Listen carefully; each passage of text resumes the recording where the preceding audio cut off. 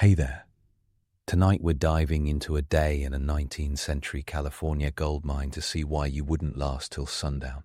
What you're about to discover is that the real riches went to merchants and laundries, while you stood ankle deep in icy water, coaxing a pan of sand. If these stories help you unwind, I'd love a quick like or subscribe, but only if they're genuinely working for you. I'm curious where in the world you're listening from. So drop your location and local time in the comments. It's amazing seeing our little community span the globe through these historical tales. Now get comfortable, perhaps dim the lights, or find that perfect pillow position, and let's ease into tonight's journey together. By breakfast you have already lost blood, money, and most of your optimism. The poster back in the port said California gold lay thick as breadcrumbs. But the first mouthful you taste is dust. It grits between your teeth, like ground glass, while the Sierra morning slaps your lungs. You roll out of a canvas bunk while frost varnishes the ground.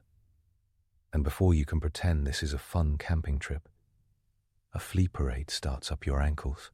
Miners called them greybacks with the bitter affection of the doomed. Every wool blanket in the district has them. Welcome to a day you do not finish. You had a postcard version of the gold rush in your head, a glittery pan and a lucky streak before lunch. That image came from 1848 and 1849, when James W. Marshall found flakes at Sutter's Mill on January 24th, 1848, and the world stampeded into the Sierra. In that brief window, a strong back could scoop $20, $50, sometimes $100 in a day from streambeds. Bayard Taylor, a reporter who toured the diggings in 1849 and 1850, recorded scenes of men shaking out ounces before the campfire cooled. That fever burned hot and fast. By the early 1850s, the easy pickings were gone.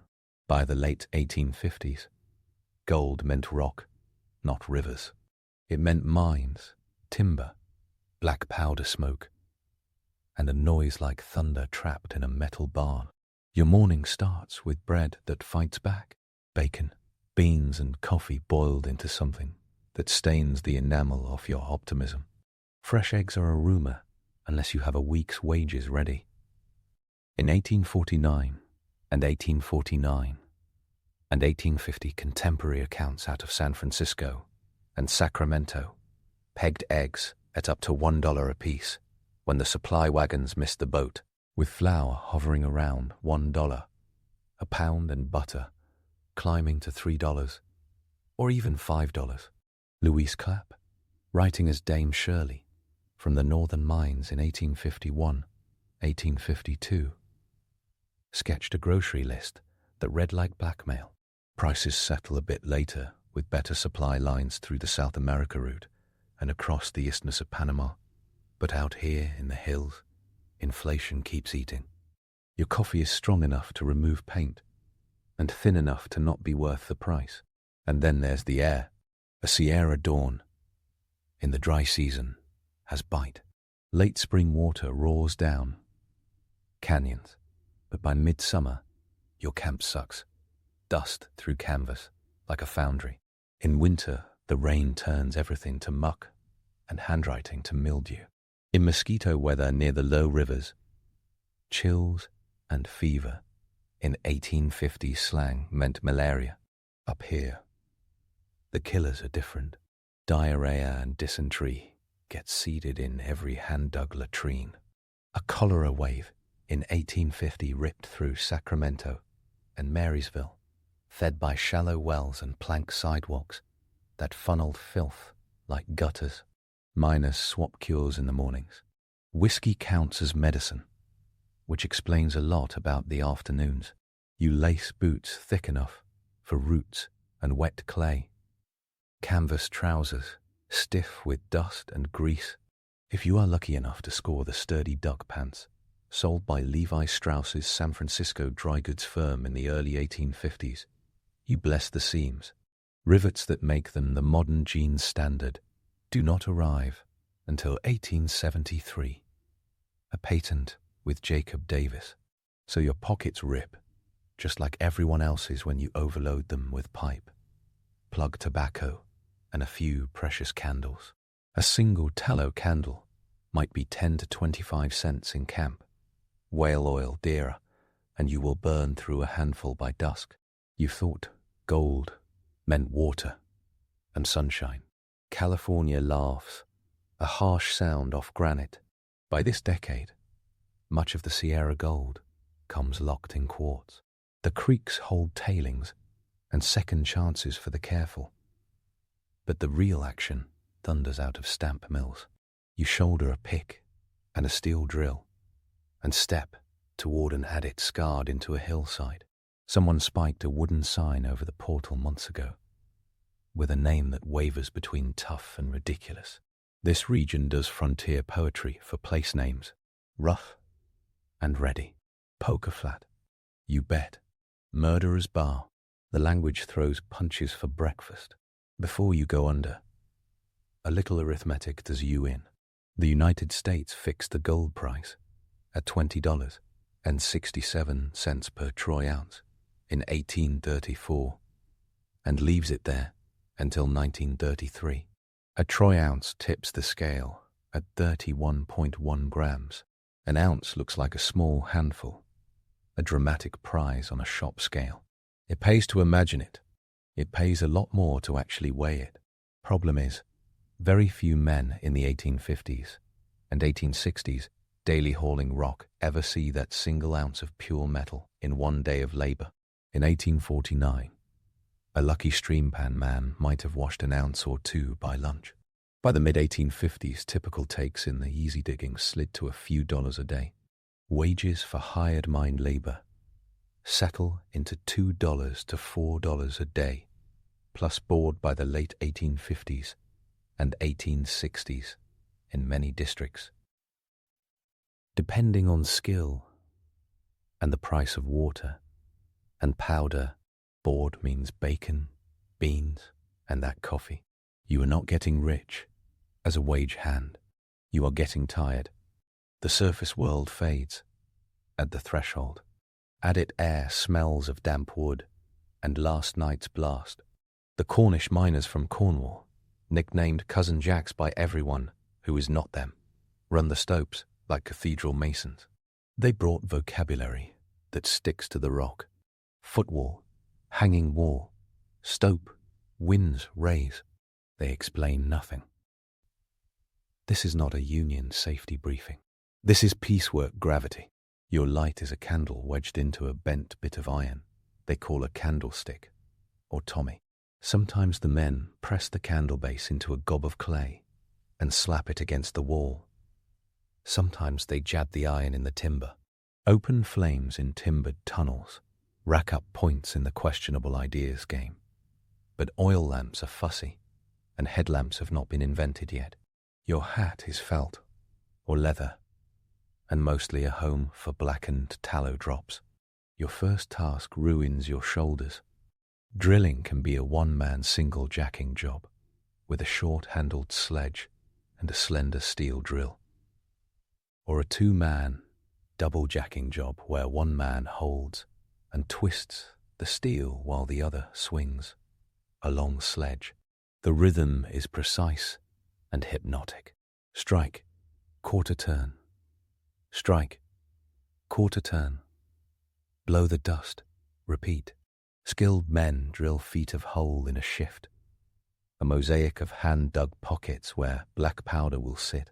In a new face before lunch, this means sweat sheens like oil.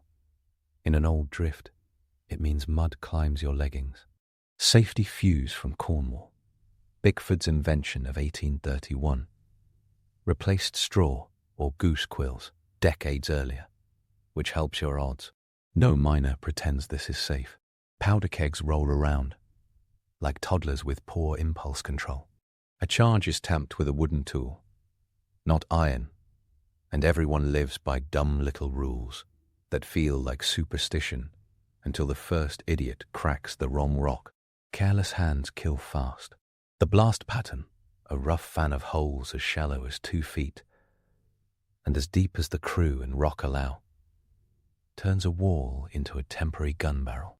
A fuse fizzles and the miners curse it, a hang fire. No one touches it until the last nerve in camp returns. Beginners do not last long in this part of the orchestra. The blast finally goes, and the world briefly ends. Powder smoke boils your candle and fills your lungs with things the 1860s vocabulary does not bother to name. Carbon monoxide and nitrogen oxides mix with dust to make a grey soup older men call powder damp. Good ventilation costs money, and water power, and wood, and most minds pick profit over comfort. A drift might get a canvas ventilation door, a fan powered by a water wheel, or men on a crank, or a whim of fresh air through complicated luck. Your candle gutters, your head drums, you wait and taste pennies. Back into the face with a shovel that pretends to be a spoon. Mucking crews shovel broken rock into wheelbarrows, or cars, little more than iron bathtubs on rust-gnawed wheels. A single car might carry from a few £100 up to a ton on a short, cruelly graded track. Tremors lean into it, calves burning, or a mule's harness creaks if the company is invested in 4 legs and stubbornness. Splinters of quartz shave your palms. Garnet, grit, eats your fingernails. No one wears a mask. No one owns a mask. The word mask means a neckerchief caked in sweat and dust, and the smell of a lifetime of cheap tobacco. Outside, or in a covered shed, the stamp mill owns the soundscape. Imagine iron pestles the weight of 2 men, 750 to 1,000 pounds, lifted and dropped again and again, 70 to 90 beats a minute, 24 hours a day. Multiply by 10 or 20 stamps working alongside. The walls of the world vibrate. Workers suffer hearing loss that nobody writes home about because nobody back home can do anything about it. Each drop mashes ore against iron and perforated screens. The slurry that pours out the battery box is grey soup, a fine mud of quartz and sulfides and hope. This is where the metal lies to you. Copper plates shine like armor down a sluice table. Their faces wear a coat of quicksilver. Mercury loves gold more than you love your lungs. It grabs gold when they touch, amalgamating it into a paste that miners hope looks buttery and fat. The slurry slides over, and gold that refuses to fall for gravity on a shaking table falls for chemistry instead. If the plates are not clean, if the tramp oils or clay smear their faces, gold and mercury slide right past into waste. Men curse and add more mercury by the handful. Hands go silver. Cigarettes flick in mouths, lose ash onto fingers, slick with a neurotoxin. The numbers behind this little, shimmering miracle run dark. Mercury boils at 357 degrees Celsius, or 674 Fahrenheit, to release gold from mercury. The compound is scraped off the plates and heated in a retort. Heat drives the mercury into vapor, so it can condense somewhere else and be reused. That is the theory. Out here, a fair share happens in open pans or leaky retorts. The U.S. Geological Survey estimates that California's gold operations used roughly 26 million pounds of mercury between 1850 and 1900, and that as much as 10 million pounds of that spilled or vaporized into the environment. New Almaden, the mercury mine near San Jose, fueled the addiction, producing tens of thousands of 76-pound flasks a year in its prime. You work an 8 or 12-hour day inside a low-grade chemistry experiment with a hangover. Mid-morning hits, and your stomach growls like a cave cat. If you are lucky enough to have tied yourself to a Cornish household in a place like Grass Valley or Nevada City, your dinner pail might wrap a pasty, a folded meat and potato pie. The crimped edge is a handle meant to be tossed, the superstition being that arsenic and ore dust on the fingers need not be invited inside. If you are not lucky, your break is beans starting to float on their own authority, and sourdough bread, hard enough to end a feud. Coffee does the only real lifting. Milk exists as a word, not a substance. Fresh food has to climb mountains at ox speed. A tomato finds an audience, like an opera star. You had pictured a pan on a riverbank. That world sits downhill and backward in time. The rocker, also called a cradle, let one man process more than a pan back in 1849 and 1850. The long tom, basically a stretched-out sluice with riffles and a partner feeding water, moved more dirt with less backache.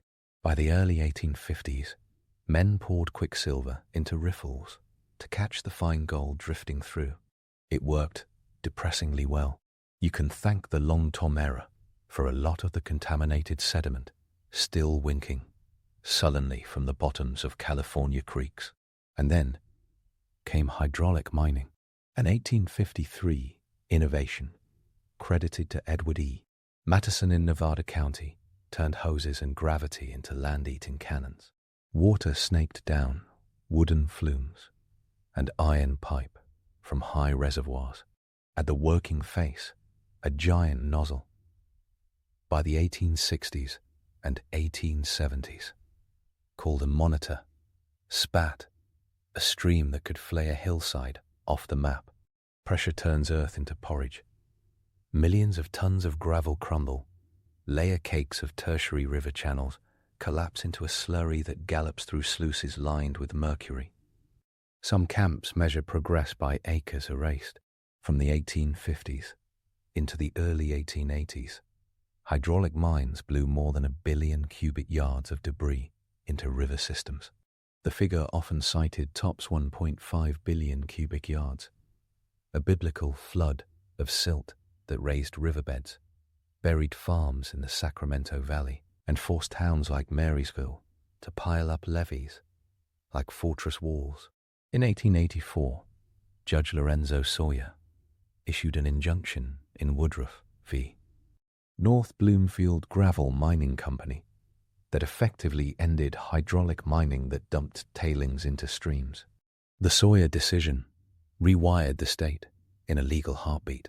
By then, the damage was already its own canyon. Back underground, you try not to think about mercury or lawsuits. You try not to think about anything except the pattern in front of your face. Hours slip. Candles drip. A man, a few stokes away, coughs a cough that will not leave him in peace for another 20 years, if he is granted 20. Powder smoke is one flavor of lung damage. Silica dust is another. Fine quartz dust behaves like shards of glass under a microscope. Old guys call it miner's phthisis. Later, doctors call it silicosis. Your chest calls it surrender. Water runs everywhere. Mines fight leaks, and groundwater with pumps whose belts slap like lizards. Each gallon lifted costs horsepower, steam, or muscle. Steam is expensive. Wood to make steam is a fortune in timber and mule freighting. Timber to hold up roofs and stalls only doubles the bill. The forest pays. Great belts of Sierra pine fall to saw blades to prop up tunnels and feed boilers and heat meager bunkhouses. You think about a bed as afternoon tilts. That thought crawls like a beetle from corner to corner of your skull and refuses to die. Outside the portal, the stamp mill bangs like a bad dream waking up and never ending. The overseer inspects the amalgam plates with a look like a man checking his blood pressure. The gold content of this ore runs a mystery that blends geology, faith, and arithmetic you do not get to see. Some days a ton of rock yields half an ounce. Some days a ton yields a tenth. In a boom district with rich quartz, Ounces per ton can lift a town. Empire Mine in Grass Valley, for example, would eventually yield millions of ounces before it closed in 1956. A state park now that sells souvenirs where men once learned to swear in 3 languages. Your shift does not touch millions. Your shift touches 6 inches of face. By late afternoon, your hands look like property of the mine, powder-stained, shredded by rope and splinters, swollen across the knuckles. The little injuries add up. Tallow burns on the back of your hand. A smashed thumbnail that hums like a tuning fork.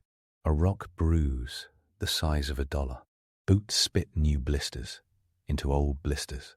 The smell of sweat, coal smoke, bacon reconstituted out of the air, and tobacco holds in your clothes like a second, worse layer of weather. The foreman mutters something that equals mercy, and you spill out into daylight. The sun feels too loud. Your eyes squint, as if daylight is a rumor someone just confirmed. The air is thin, pine, and dust. A stream gossips somewhere below. Someone is still washing gravel at a rocker to pick the pockets of the camp's tailings. A quiet economy that has fed Chinese crews for years in the face of harassment. Millions of overseas miners came to California from 1849 into the 1860s and beyond. Latin American vaqueros and miners who knew gold before Northerners ever saw it. Chinese laborers and entrepreneurs who turned patience into a working model of profit. The California legislature tagged them with special taxes early. The 1850 foreign miners' license tax took $20 a month off non-citizens before it was repealed in 1851. 1852 replaced it with $3 a month, a tax leveled especially hard against Chinese miners and often enforced with violence. Rates rose again in 1855. People v. Hall in 1854. A decision by the state's highest court blocked Chinese witnesses from testifying against white defendants, which telegraphed a message in 10-foot letters about whose life had legal weight. Your day does not end in a law book, but the law books shape whether your next day exists. The debt ledger of this gold also runs through people who never volunteered. California's native peoples bore the deadliest bill. Historians like Benjamin Madley document a collapse from an estimated 150,000 native Californians in 1848 to a fraction of that, around 30,000. By the early 1870s, a storm of disease, starvation, dispossession, and outright killing. State militia campaigns in the 1850s marched under public funding that ran into 7 figures, and bounties for scalps were paid with legislative approval. The 1850 Act for the Government and Protection of Indians legalized forms of forced servitude. The glitter in your pan never came free. Supper in camp smells familiar. Bacon trying to be the entire food pyramid. Beans doing the rest. Coffee making it all feel a little less permanent. If you have cash and luck, a boarding house in a bigger camp might sell you fresh bread and meat that met an animal that week. Saloons line the main drag of any profitable place. The standard game inside is faro. Faro, fast and deceptively fair-looking, the house shaving edges with sidestepping math. Monty deals out of a Spanish deck. Dice games soften. Paydays quickly. Whiskey sells at 25 to 50 cents a shot in the later 1850s and 1860s. A fortune if you count how many shots your neighbor thinks he needs. A single good roll can erase a day's wages. A single bad one can erase a month's board. Money in many camps still means gold dust, which requires a little brass scale and a little chemistry interest. Merchants use doctored weights or sticky oil on their scoop. Unscrupulous customers add lead shot to their pouches. No one believes anyone. Every pinch and pour is theatre. The talk circles the same 2 poles every night. Some crew somewhere up the ridge claims to have hit a leader that sings with metal. Someone else buried a partner today, after a slab let go in a winds. The details change. The note stays. Newspapers tramp in once or twice a week, with a bag of tragedies from elsewhere. San Francisco formed vigilance committees in 1851, and again in 1856, to hang a few and frighten many. But out here in the mines, most order comes through mining district rules, voted in camp meetings. Claims and water rights are custom, hammered into local codes, like the size of a claim and how long a miner can be absent without forfeiting his spot. In 1855, a state Supreme Court case called Irwin v. Phillips ratified the miners' rule of prior appropriation for water, first in time, first in right, which built an empire of ditches and flumes. More than 5,000 miles of mining ditches crisscrossed the Sierra foothills by the 1870s, wooden aqueducts marching like stick insects across ravines to feed giants and sluices. Water rights became the second gold. You picture washing your hands. The creek looks friendly in the dark. Your hands sting at the thought. Mercury and clay pack your knuckles. The soap on sale in camp could loosen wallpaper. You use it anyway and turn the water a shade that feels unlucky.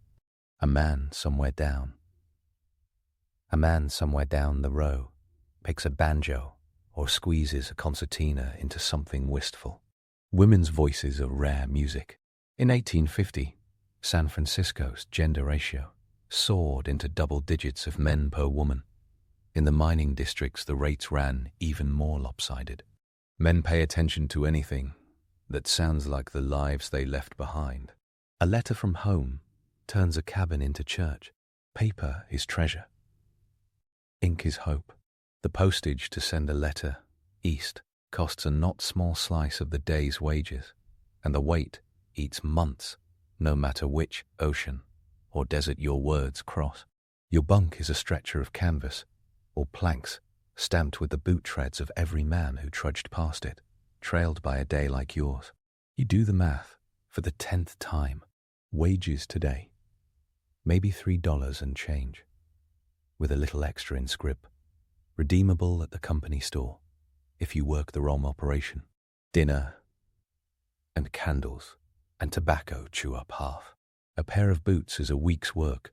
A new drill steel is a day. A bitter rumor drips down your thoughts that the people who made steady money off this enterprise are not the men underground. Merchants became moguls. Samuel Brannan hawked pans and shovels at inflated prices while shouting the discovery in 1848, and he left with money stacked higher than a church roof. Bankers and freighters turned gold into credit, and rails and port warehouses. By 1854, the San Francisco Mint clicked into action to standardize dust into coin. The gold flowed tallies on ledger pages, as much as it flowed into pockets. The overseer tomorrow will ask for another 8 to 12 hours of the only trick available. Drill, load, blast, muck, repeat. You might graduate from trammer to driller, or from surface man to underground, or from underground back to the surface as your lungs complain.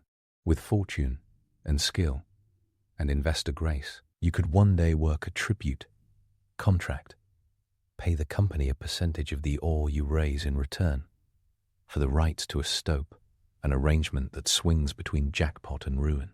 Tributers in some camps keep as little as a quarter or as much as half of the metal they free, depending on grade and custom. The boss weighs the ore and writes a figure, and you learn a new kind of quiet. You notice the little things in the evening, how men step around a particular stump, because their superstitions and their ankles are both strong. How the black powder kegs never sit near the cook tent, no matter how drunk the carpenter who stored them. How candles go out fast if no one speaks, and long if the story spark. How every camp grows a small industry of washing, mending, and cooking when one or two women set up shop, charging what the market can bear, because the market will bear a lot. In Placerville, once known as Hangtown, after a row of rough frontier justices in 1849 and 1850, a dish called Hangtown Fry, a fried oyster, egg, and bacon extravagance, carried the smell of bragging rights and money. $6 for a plate in its early legend, the price of comfort and status in a camp of hungry men. Your supper is not that dish. Your memory of it is not even a rumor. If your day had taken you to a hydraulic claim instead of quartz, you would be coughing silt instead of smoke and screaming over the hiss of water, tearing a hillside into a slurry. A 6-inch nozzle at 150 pounds per square inch will turn earth that took 1,000,000 years to lay down into afternoon mush. Your boots would fill with clay. Your shoulders would burn under sluice timber. You would hate boulders with a personal loathing reserved for enemies of state. At Malakoff Diggings in Nevada County, the scar still gapes. Thousands of acres washed into the Yuba have not put themselves back together after a century and a half. The work pays a little faster for a while, because the gold is fine and hungry, and the monitors do not get tired. The lawsuits after 1870 come down like winter, and by 1884 the Sawyer injunction bites the hose. Another universe of this day would put you on a riverbank, reworking tailings in a crew of men born across the Pacific. Chinese miners in the 1850s earned and sent money home on logic the camps often started to understand only when they tallied it. Precision over flash, patience over whiskey. After the state taxes and the routine crew of bullies finished with a sight, they still made the arithmetic turn positive. Some organized by district associations that offered credit, supplies, and mutual protection. They panned, cradled, and sluiced until a creek gave up its last sullen colors. On Sundays they cleaned laundry and cooked full meals against a week of labor. The headlines from the cities and the rage in some camps ran hot against them in return. Efficiency attracts envy. Envy attracts laws and ropes. If your road to camp had bent you through Mexican or Chilean diggings in 1849, you might have learned a rocker's rhythm from people who had worked gold in Sonora and Chile long before California learned its own name. You might have witnessed a corrida drift into town on a Sunday, a splash of silk and music balancing a week of quartz grit. You would also have seen targeted harassment and taxes put pressure on those crews until many left or pushed deeper into canyons where their labor brought more quiet. The gold rush did not arrive to teach the world panning. It arrived to teach the United States what a global labor market looked like with very little rule book and a lot of guns. Speaking of guns, your evening might end with the kind of argument that sober men avoid. The ratio of liquor to restraint in a profitable camp tilts toward headlines. Downeyville in 1851 saw the lynching of a Mexican woman, Josefa Segovia, after a violent altercation with a miner spiraled into vigilante justice. A place called Hangtown earned its name from quick-trigger community courts that moved from accusation to rope before dinner.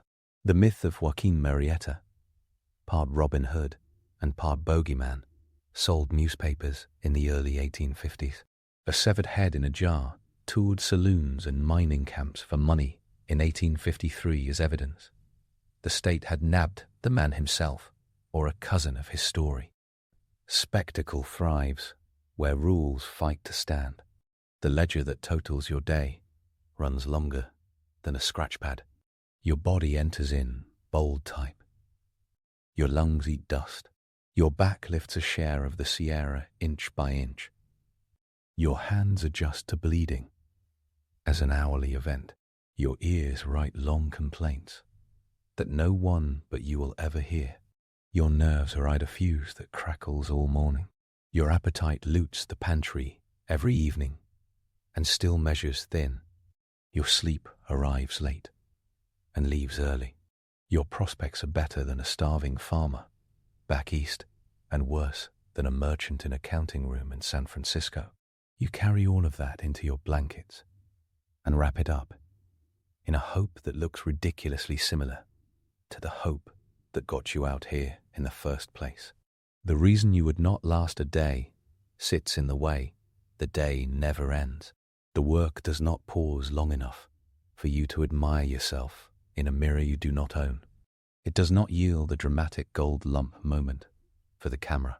Cameras in the middle decades hate mines anyway. They prefer posed daylight.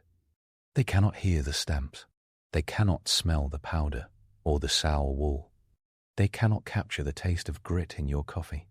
Your modern hands, soft with a century and a half of labor protections and mechanical help, would start blistering by the second hour and not stop until you learned to hold a tool like an argument you intend to win. Your day also does not belong to you in the way the brochure promised. Wage work replaces gambling with geology. The geology wins more often than you. Investors live in town and talk about vain continuity and returns on capital. You live under the ridge and talk about splinters and how water steals heat. The roles are clear. Every place in the 19th century works that way if it wants to keep standing. A hard truth lands as your candle goes out.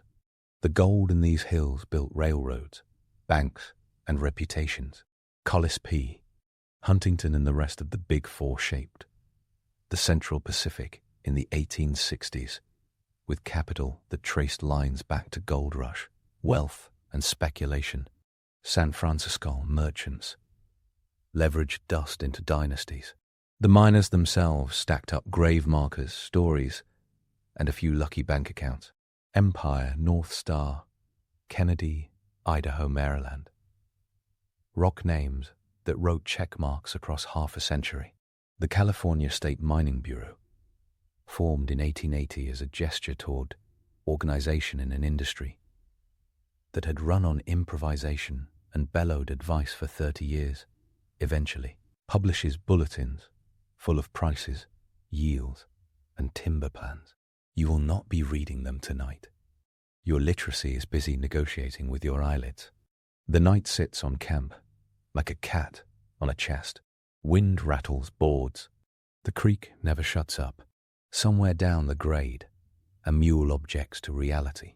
Your bunk shiftmates drift through degrees of snoring, known only to mountain men and men who live with them. The cold finds the hole in your blanket and takes it personally. Your body signs up for a morning alarm you do not need. The back of your neck counts the hours left between now and the second you crawl into your clothes. Sleep wins by attrition. You survived a single day by measuring it into shallow bowls. Wake up, punch rock. Eat, punch rock. Swallow, a mouthful of mercury, math, and whiskey to chase it. Almost no one comes west for that schedule and stays for love of the schedule. Most leave with an armload of stories and a fistful of experience and a very small pile of gold. The mountains keep their percentage. That is the joke. That is the business model. That is one reason this state still holds whole canyons of metal in their bones. Your modern bones would negotiate terms and lose before lunchtime. The gold rush looks romantic through 75 historical markers and a gift shop. It feels like a stamp mill if you actually show up. The story on a brochure fits on a page. The story from dawn to dusk doubles every detail underlined in that print and adds new ones you are still trying to shake off your boots when you finally sleep. The sun goes down. The stamp keeps pounding. Your chest rises and falls like a slow pump that the mind would love to harness. You will wake before the light. The light will not help. You understand now why most people from your century admire this through glass. The raw version breaks you quickly. The punchline lands plain. You would not last a day in a 19th century California gold mine because a day is longer than 24 hours out here. It starts before the sun, lurches between explosives and heavy metal chemistry, and staggers through prices that bleed you as fast as the labor does. It layers the everyday with law codes that tell strangers their testimony does not count and tells river valleys their crops do not matter. It sells rocks with names like hope and pays wages that whisper patience. It feeds the city while it chews the hillside. You walk into that and it walks through you. The mind does not care about your #resilience. It cares about vein width and water pressure and the arithmetic that says somebody, somewhere else, buys the stamp battery and new shoe when the old one wears thin. You are not that somebody. You are the shoe. Let's dive into our next piece. The life of Empress Matilda. A fight for the throne. An English princess once walked out of a besieged castle in total silence, in snow so deep it swallowed footsteps, over an iced river that could have turned any wrong step into a death sentence. She was wrapped in white, to vanish into the night. No lanterns, no clanking armor, no heralds, not even a crown. And yet, that midnight escape built the road to a dynasty that would run England for 3 centuries. Her name was Matilda, Empress Matilda, if formality counted, because she had a German imperial coronation behind her and a spine that could have propped up a cathedral. Her enemies wrote that she was haughty. Her supporters praised her iron nerve. Modern readers meet her as the woman who almost wore the crown of England and left the job to her son. The real story lands sharper. She built the conditions so her son could walk onto a stage she had already ripped open with her bare hands. Start at the beginning, but not too gently. In February 1102, probably on or near the 7th of February, at Sutton Corney, in Oxfordshire, Matilda was born to King Henry in Oxfordshire. Matilda was born to King Henry I of England and Matilda of Scotland, the Queen long known as Edith before she took her queenly name. That parentage reads like a dynastic flex. On her father's side, Norman conquerors. On her mother's side, Old English royalty straight out of the line of Alfred the Great and Saint Margaret of Scotland. A Norman arrow and an Anglo-Saxon shield merged into one child. Henry I, nicknamed Beauclerc for his love of books and ledgers, created an empire measured in revenue rolls and oaths, and he built a mountain of bastards while doing it. Chroniclers routinely count more than 20 illegitimate children for Henry I, dissident children for Henry I, but only 2 legitimate heirs, William, Adeline, and Matilda. Now enter the part of the plot that moves with a royal courier's efficiency. By 1110, Henry I had bundled his daughter off to Germany to secure an alliance with King Henry V, the future Holy Roman Emperor. She was around 8. The imperial court crowned her Queen of the Romans in Mainz in July 1110 as part of the betrothal ceremony, an impressive warm-up act for a child. The actual wedding took place on the 7th of January 1114 at Worms. She was about 12. He was in his mid-20s and in the middle of one of medieval Europe's messiest church-state fights. Not exactly a gentle introduction to adult life.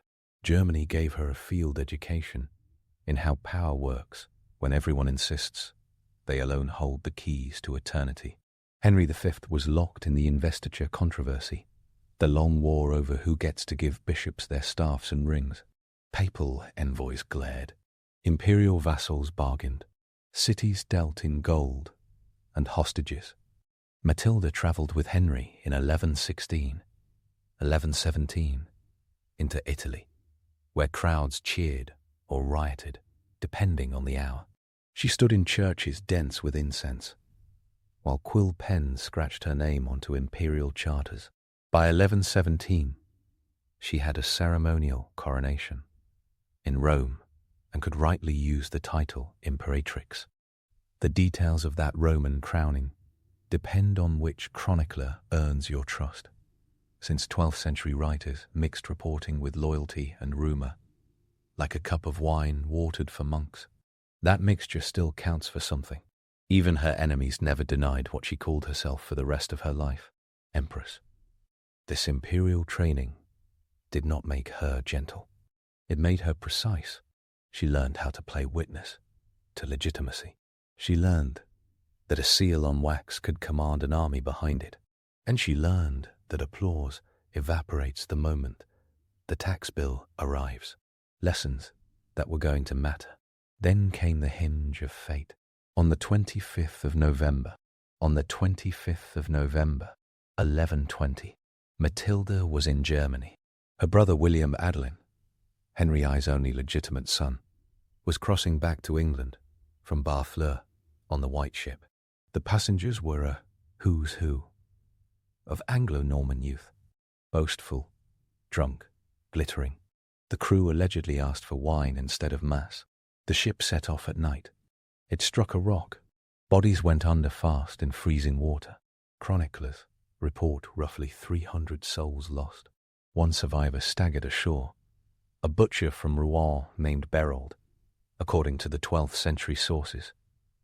Because history has a dark sense of humour about witness lists, William died. So did the neat, male-lined inheritance plan of the entire Anglo-Norman realm. Henry I entered a widower's grief wrapped in kingly fury.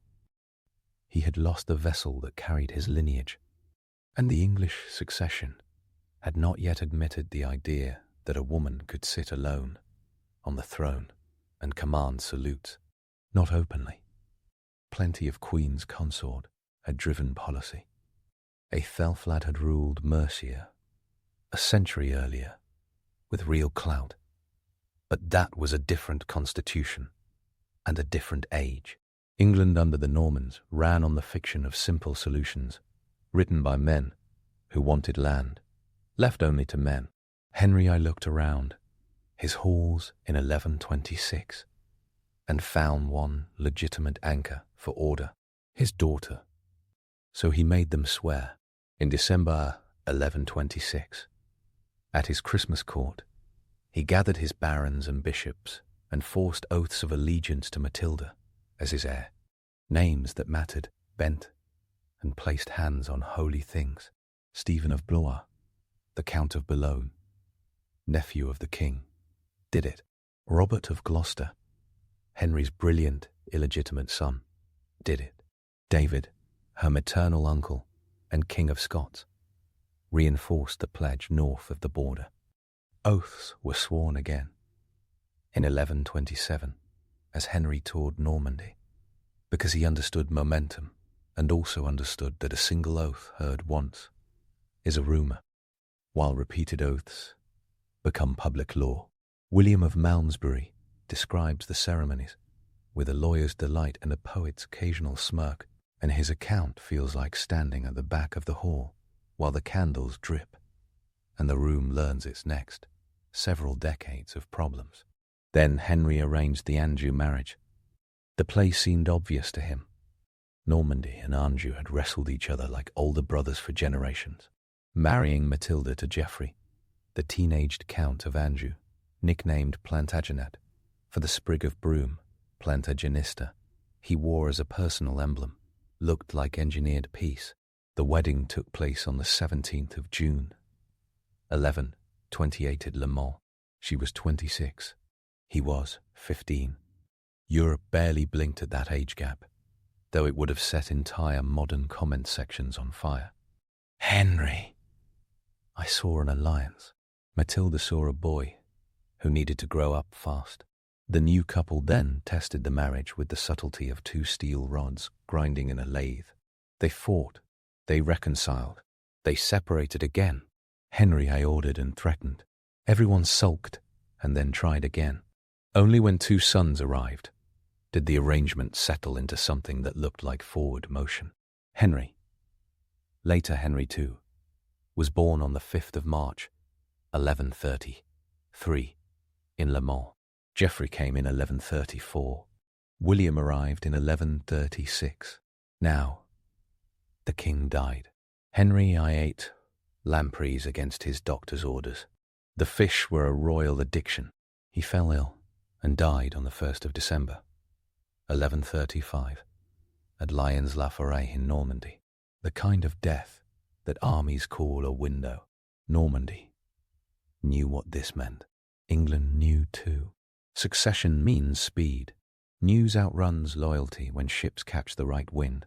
Matilda, at that moment, was in Anjou, pregnant or nursing in earlier months, in the quagmire of a marriage that only just achieved détente. Stephen of Blois, meanwhile, was perfectly placed and perfectly bold. He crossed the Channel with lucky weather, arrived in London, and secured the backing of William of Corbeil, the Archbishop of Canterbury, by promising reforms and stability. He was crowned king at Westminster on the 22nd of December, 1135. Those oath-bound barons shrugged off their previous vows like wet cloaks thrown by the door. The propaganda machine launched fast. Stephen signalled mildness, generosity, law restored. Matilda signalled lawful claim and an iron memory. The skirmishing started almost immediately. 1136 opened on a chain of revolt and reconciliations in England and Normandy. Baldwin de Redvers held out on the Isle of Wight, then at Exeter, then stormed off to Normandy. Robert of Gloucester measured his options and for a while pretended loyalty to Stephen while lining up the chessboard for later. In 1138, David I of Scotland invaded the north in Matilda's name, pushing into Northumberland and toward Yorkshire. On the 22nd of August, 1138, the English northern levies met him at the Battle of the Standard near Northallerton. The English fought under banners raised on a mast like a ship's, carrying saintly relics. The Scots broke under disciplined arrow storms and heavy cavalry.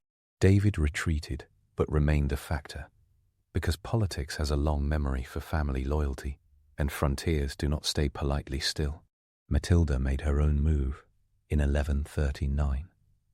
She landed in England in September with a small core team. Any startup founder would a small core team. Any startup founder would envy for loyalty and skill. Robert of Gloucester, her half-brother and the best passer of judgment in the country, and Brian Fitz-Count, the Lord of Wallingford, sharp as a razor and seasoned by years in royal service. The landing spot added theatre. Arundel Castle stood impregnable, on a chalk bluff above the river Arun, held by Adelazar of Louvain, Henry I's widow, and therefore Matilda's stepmother. The choice felt like a family parlour, suddenly turned into a war council. Stephen galloped south and pinned Matilda in a siege. Then he did something that made contemporaries blink. He let her go. An escort carried her through hostile territory to join Robert at Bristol. Chronicles swirl with explanations. Chivalry, prudence, political theatre designed to paint Stephen as magnanimous, while separating Matilda from potential southern support. The Gesta Stefani, a pro-Stephen chronicle, describes his decision with a tone of exasperated nobility, as if the writer wanted to pat the king on the head and take away his sword. The result mattered more than the motive. The Empress escaped, and the war moved to the west. Matilda and her faction turned the Severn Corridor into a fortress belt. Bristol, Gloucester, Wallingford, and Oxford built a defensive spine. Robert's generalship counted for everything. He was the kind of commander who could hold a council in the morning and tear down a siege engine in the afternoon. Matilda moved through the zone like a sovereign without the title, issuing writs, and forging alliances. The coinage at this stage still belonged to Stephen. That would change.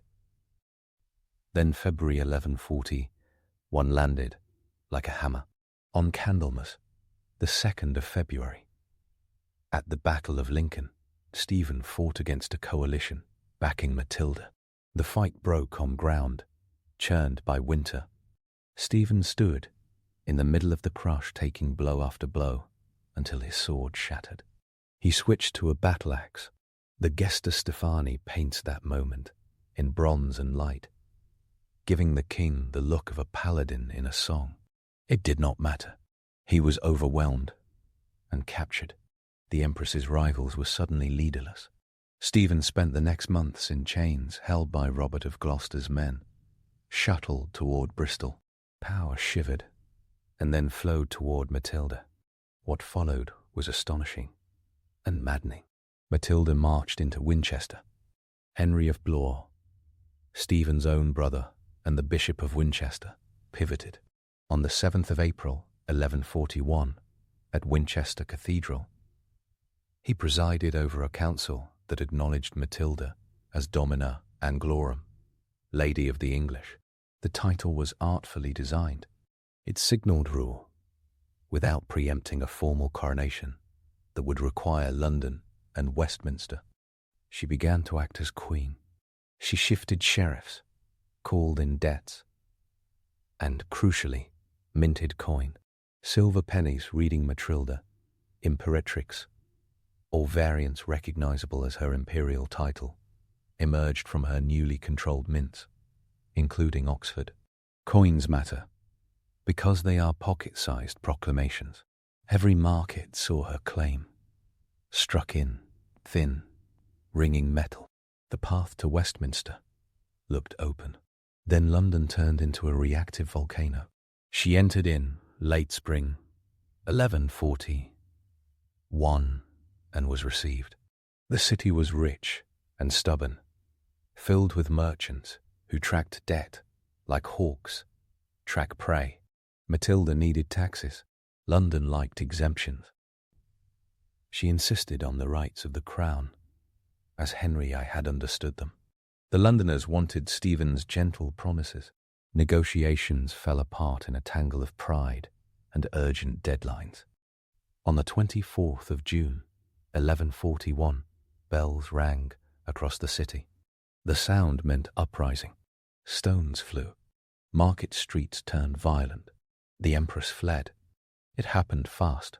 Chroniclers who disliked her called it divine judgment on arrogance. Those who stood with her called it a betrayal by fair-weather allies.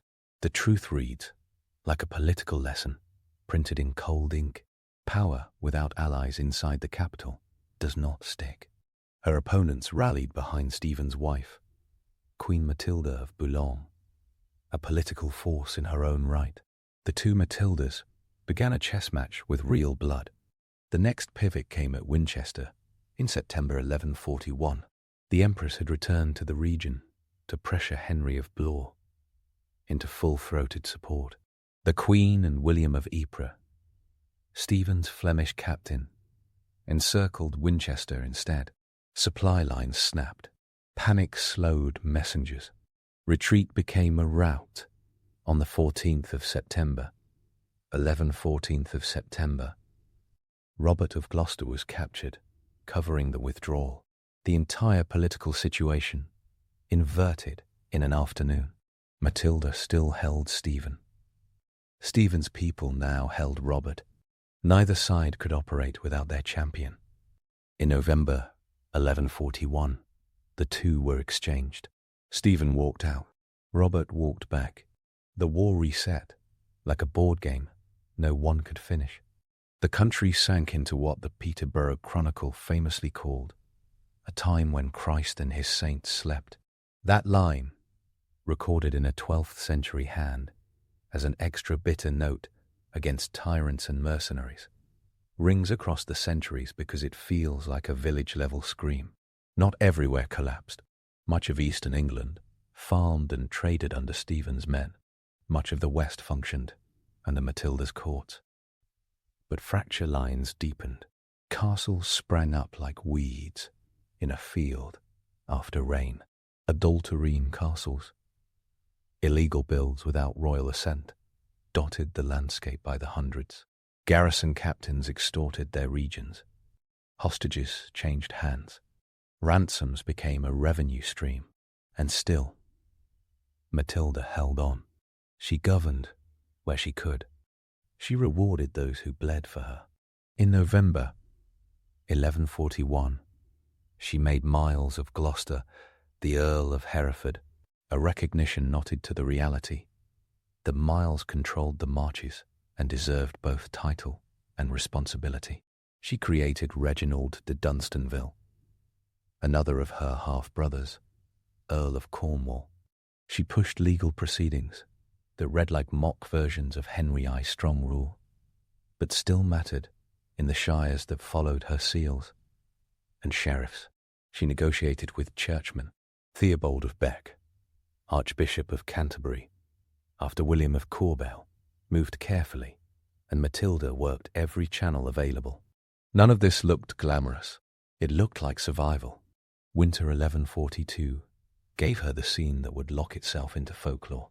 Stephen surprised Oxford, striking at the heart of her western network. Matilda found herself trapped inside a snowy Oxford castle. The siege tightened. The temperature dropped. Supplies ran low. Snow fell so thick the fields blurred into the sky. Sometime in December, she slipped out. The details vary.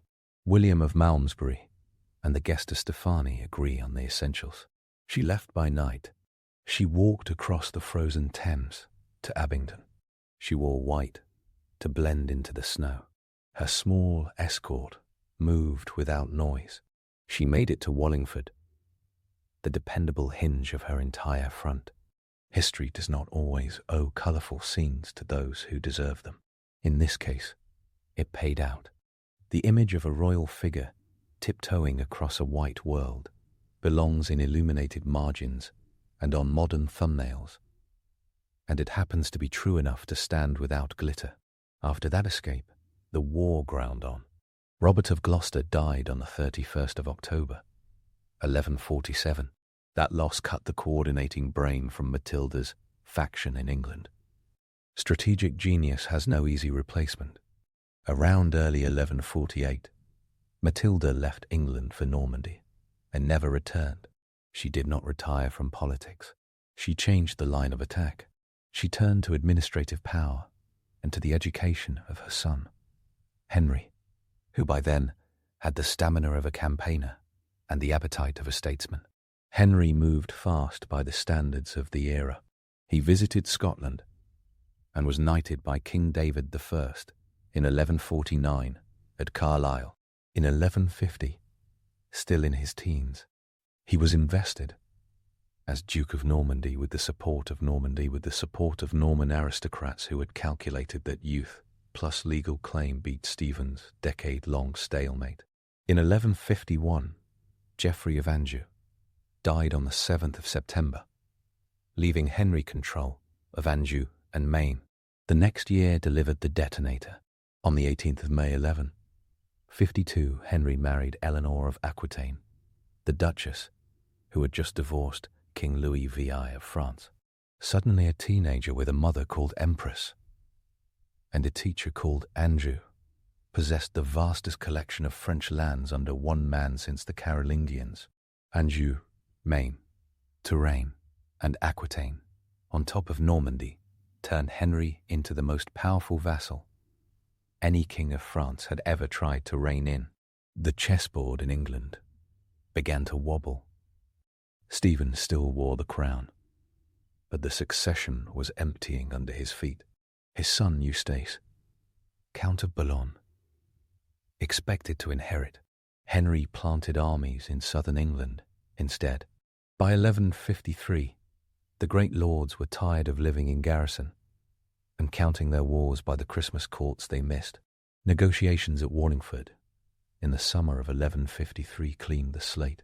The Treaty of Wallingford, concluded and affirmed later that year at Winchester and Westminster, acknowledged Stephen as king for life, and recognized Henry as his heir.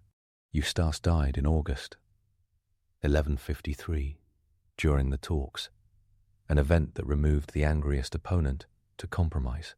On the 25th of October 1154, Stephen died at Dover and was buried at Faversham Abbey. Henry too entered London in triumph and was crowned at Westminster on the 19th of December. On the 19th of December, none of this erased the years that came before. It fulfilled them. Empress Matilda, who had claimed a crown and forced England to argue openly about female succession, now became the senior counselor to the new king. Her style in charters still carried imperatrix, because she did not discard badges she had earned. She lived mostly in Normandy, based at Rouen, and sometimes at the Priory of Notre-Dame-du-Pré, just outside the city. She governed Norman affairs when Henry was in England or Aquitaine, handling correspondence with a precision that recognized the value of every seal and a caution learned from every failed expectation. The surviving letters show a woman who moved in straight lines. She wrote to popes and abbots and sheriffs. She arbitrated disputes. She advised on the selection of bishops. She pressed for competent governance across the Channel. While England groaned under the backlog of reform, Henry II had promised to deliver. Her take on Thomas Becket has fed a century of biographers who enjoy court drama. Matilda at first signalled approval of Becket's appointment as Archbishop of Canterbury in 1162, at least by silence and a few suggestive lines. His quick pivot from politically clubbable chancellor to horsehair shirt-wearing saint irritated the king and astounded the court.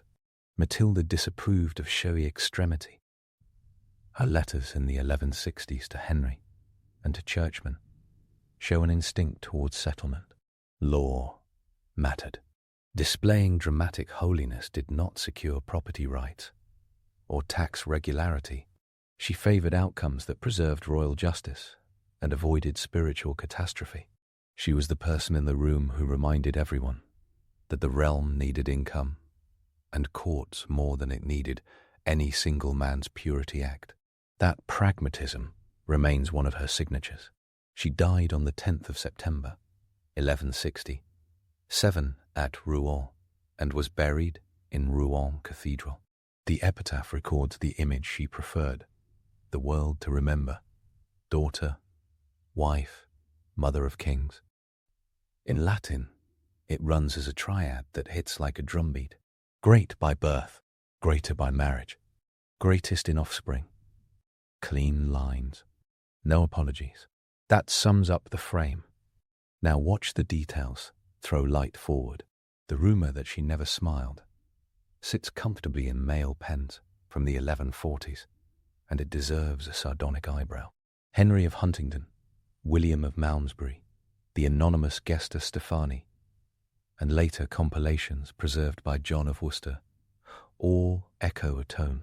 They describe her as arrogant, disdainful of advice, too conscious of rank. She insisted on the title Empress and expected deference. That tone needs footnotes. These were male monastic writers covering a woman, asserting sovereignty in a century that ranked women by family usefulness. A woman collecting taxes reads as tyrannical, where a man doing the same reads as efficient. A queen regnant with an imperial coronation behind her reads as insufferable to clerics who preferred their queens on embroidered cushions. Readers today do not need to erase the reaction to see the bias. Matilda demanded the visible rituals of submission, because visible rituals are how medieval power works. She wanted London's formal recognition, not warm feelings. She insisted on the legal fact that oaths bound. Chroniclers called her proud for owning the reality that politics lives and dies by rank in public. The Arundel incident becomes Exhibit A in Stephen's affection for gallantry and Matilda's clarity about leverage. He let her go in 1139. The raw chivalry of that gesture has charmed generations who like their kings, courteous even when they are strategically self-defeating. Scholars read Stephen's act as a mix of calculation and an inability to finish ugly business. He needed to keep the political nation leaning his way. He could not bear to be the king who dragged a royal woman in chains through the south. Meanwhile, Matilda accepted the escort with cold efficiency and then built a resistance that nearly broke his reign in half. Courtesy looks lovelier in poems than in military outcomes. Her escape from Oxford in 1140 offers a lesson in myth versus memory. The tale of a white cloak blending into snow appears in near-contemporary sources, though not every medieval writer relishes the detail. Later tellings give her more theatrics, more frostbite, more structural danger. The basic layout still holds: a winter siege, a night crossing, a town reached in time. The cinematically plausible version is the historically accurate version here, which is always a treat. Numbers give the story weight. She was born in 1102. She married first in 1114. She became a widow in 1125, when Henry V died on the 23rd of May at Utrecht. She married Geoffrey in 1128. She gave birth to Henry on the 5th of March, 1133. She landed in England in September 1139. She held Stephen a prisoner after Lincoln on the 2nd of February 1141. She was driven out of London on the 24th of June 1141.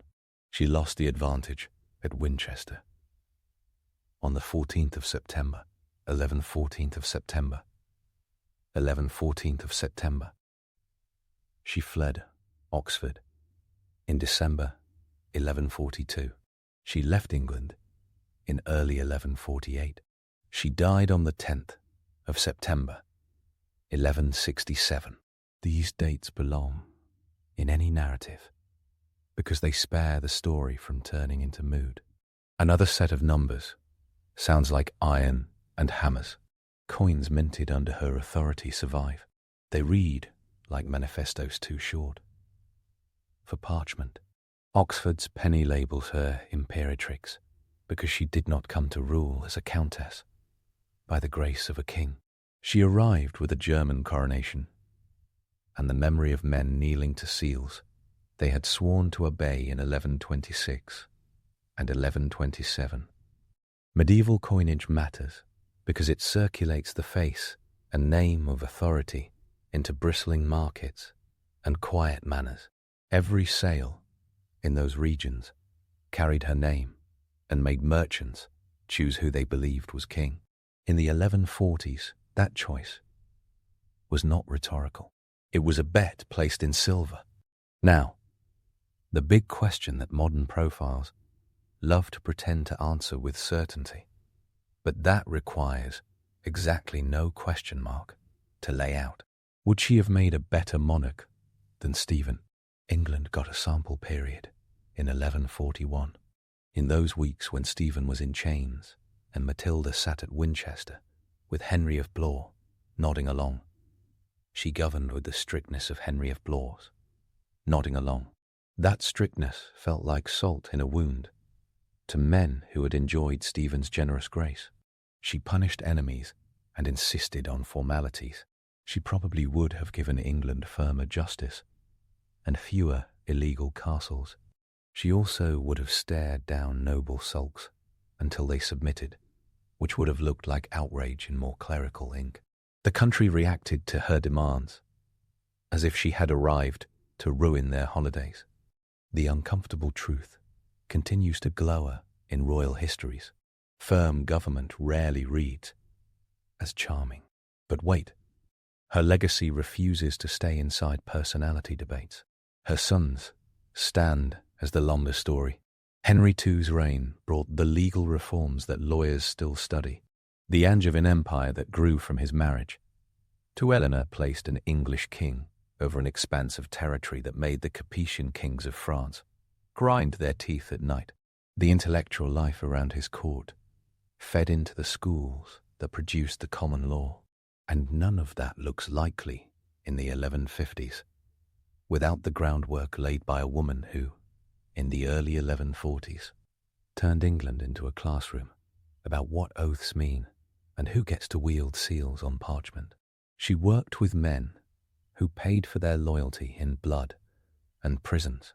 Robert of Gloucester deserves his own documentary for the ability to steady an entire faction with only a retinue and a ledger of who liked whom.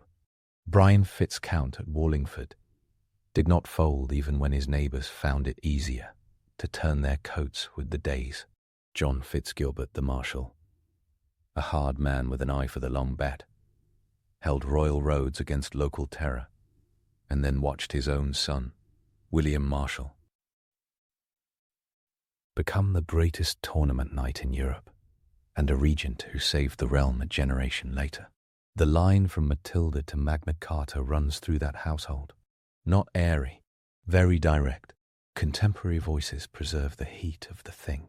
The Peterborough Chronicle's lament about saints sleeping comes out of a region where taxes turned into protection, money and village churches turned into supply depots. The Gesta Stefani gives two Matildas that flicker between insults and backhanded compliments. William of Malmesbury, writing with a chronicler's habit of balancing charitably while keeping his own preferences, presents a woman who scared people who liked their queens mild and their kings open-handed.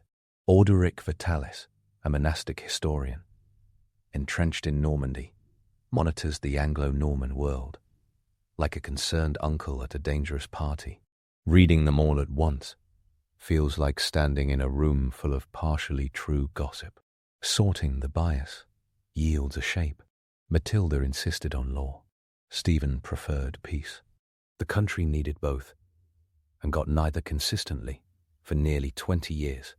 A neat correction belongs here for a myth that will not die. Empress Matilda did not sulk off to a monastery after 1148 in a haze of disappointment. She managed Normandy with a bureaucrat's endurance. Her charters after 1154 bear witness, and the number is not small. Dozens survive with her seal or her direct intervention recorded.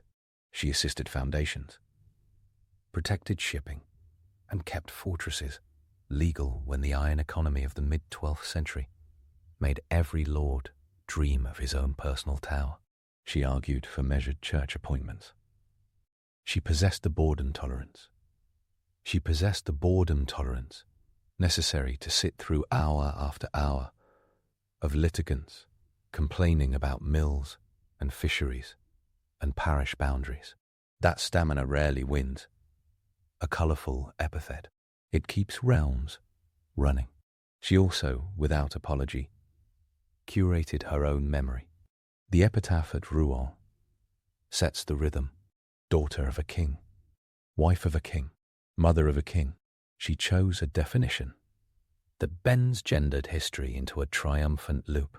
12th century politics stressed lineage so loudly that the very phrasing reads as a mic drop. Both devotee and critic can admit the elegance. No need for rhetorical questions. Her identity stands on 3 proper nouns, translated into a destiny. Her interactions with powerful women around her world deserve one more spotlight. Queen Matilda of Boulogne proves that women could command coalitions and hold cities. She rallied London in Stephen's favour and defended Kent. Adeliza of Louvain provided sanctuary at Arundel and kept propriety intact. Eleanor of Aquitaine later ruled with cultural armour and political daring that matched Matilda's appetite for consequences. The narrative that medieval politics was a sword duel between armoured men barely makes it through a single decade of the 12th century without falling apart in front of these women. Geoffrey of Anjou, the teenage husband who learned to be a count under a wife who had been an empress, gives the name Plantagenet to the line that followed. The broom shrub pinned to his cap, snuck into banners, and then into all the family trees. Small things become emblems, marriages become maps, and a girl sent to Germany at 8 accumulated titles. Like bricks to build a bridge back to England, the paper trail, left by Matilda, reaches into stuff people hold in museums and archives today. Seals with her image and name. Pennies that clinked in cloth purses at Oxford markets, while Reeves counted carts of fish. Writs addressed to sheriffs in Normandy that reek of sharp administrative tone, even without a voice attached. When historians like Marjorie Chibnall spent their lives unpacking Empress Matilda's career, they found a wealth of small evidence anchoring the big story. Nothing about her reign in waiting survives as imagination alone. The core events, dates, and players line up clean and concern. Cold steel and snow, and the inky teeth of seals pressed into wax. One last observation sits on the edge of this saga and waves at all the students who meet Empress Matilda as a near-miss hero. She was not a near-miss. She was the point at which English kinship learned its future. The law needed oaths to mean something, even when men changed their mind. The bureaucracy needed a route around the moods of magnates. The crown needed a memory longer than a campaign season. The country learned those lessons the hard way because Matilda forced the arguments into the open. Her son codified some. Her grandsons and great-grandsons fought the rest. Plantagenet England carries her fingerprint on every reform that smells like order. The night she crossed the Thames on ice remained the scene everyone likes to retell for good reasons. It feels like a story that ought to be embellished. It does not need it. A city glowed with watchfires behind her. The frost bit. Snow swallowed sound. She stepped onto dark ice, without a crown, yet with a full claim. She reached Wallingford, and then Rouen, and then memory. And when Henry II stepped into Westminster in 1154 to be crowned, the audience cheered a young king, thin and hot-eyed, and did not see the woman who had already built the runway, with years of hard decisions and unglamorous labor. She did not need them to. She knew exactly what she had done. The oath given at Christmas in 1126 had found its home, and the woman who carried it there understood victory better than any ceremony could teach. For our next story, we explore the cultural impact of the Renaissance. The Renaissance did not arrive with angelic trumpets. It crept in on ink-stained hands, bank ledgers, and unsmiling marble faces, then lit a few bonfires for emphasis. It was less Miracle Dawn and more high-stakes remix. Classical ideas pulled out of monastic cupboards, retooled by restless scholars, and bankrolled by families so rich they treated cathedrals like passion projects. The cultural impact landed everywhere at once, on canvases, in classrooms, in the street festivals. Nobody slept through. Inside pocket-sized books, stuffed into sleeves, and in arguments that kept popping up in pulpits, palaces, and printing shops.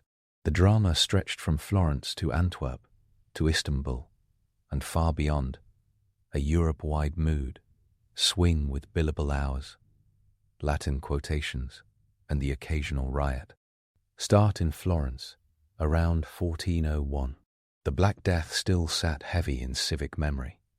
Fewer hands on the looms meant higher wages in the wool industry, and a bronze door competition turned into a cultural earthquake.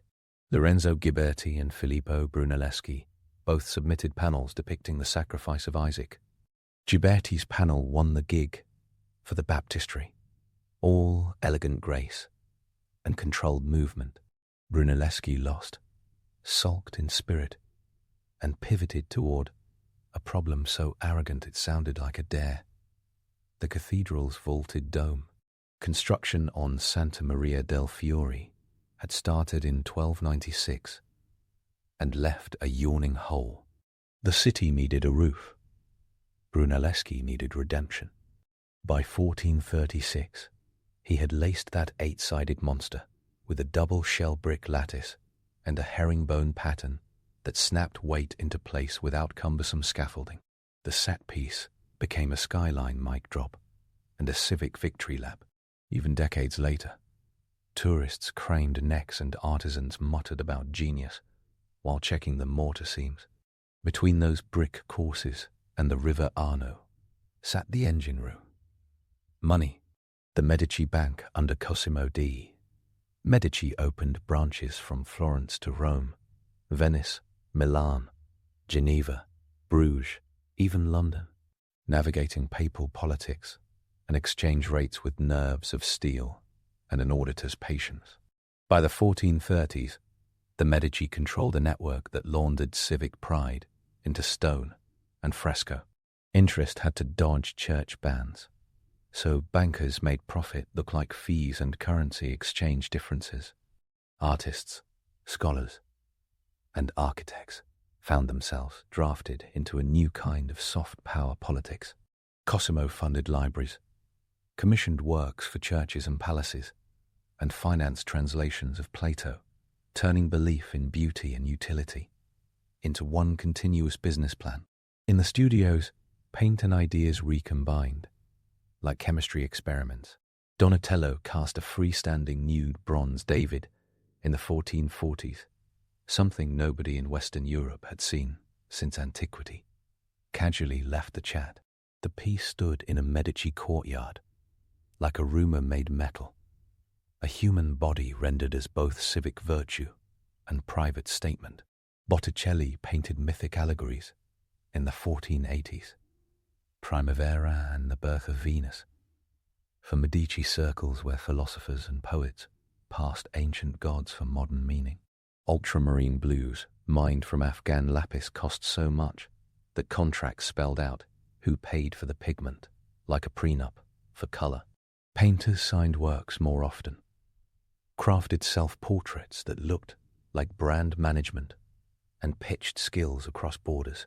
Albrecht Dürer stamped his monogram like a logo and sold visionary prints in the 1490s as if running the first merch table on tour. Under the paint lived math. The Renaissance taught eyes to behave differently. Linear perspective, the trick of pulling the world onto a flat surface with a vanishing point, showed up in practice with Brunelleschi's baptistry experiment and swaggered into writing in Lyon. Battista Alberti's De Pictura in 1435, order to chaos, geometry to imagination. A tiled floor receding into distance promised a stable, knowable world. This mattered far beyond altarpieces. Perspective rehearsed a new habit of mind. Space could be quantified. Problems could be diagrammed. A city could be seen from above, as if controlled with a god's camera and human math. That mental software ran maps, architecture, fortifications, even social hierarchy images that pretended to be natural. Highbrow talking points filled drawing rooms and chancelleries. The Studia Humanitatis, grammar, rhetoric, history, poetry, and moral philosophy, reworked education. Petrarch grumbled about scholastic hair splitting a century earlier. By the early 1400s, book hunters hustled like antique dealers with better Latin. Poggio Bracciolini dug through monastic libraries, and in 1417 found Lucretius's On the Nature of Things, a Roman poem that calmly described atoms in a random universe. Lorenzo Valla sliced apart the donation of Constantine in 1414 with philology sharp enough to cause papal squinting, proving the document a forgery by catching anachronistic Latin. Greek returned to Italy as living knowledge.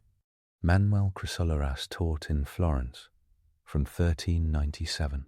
After 1453, the fall of Constantinople scattered Greek scholars westward, carrying manuscripts, methods, and an energy that set Latin classicists racing to keep up.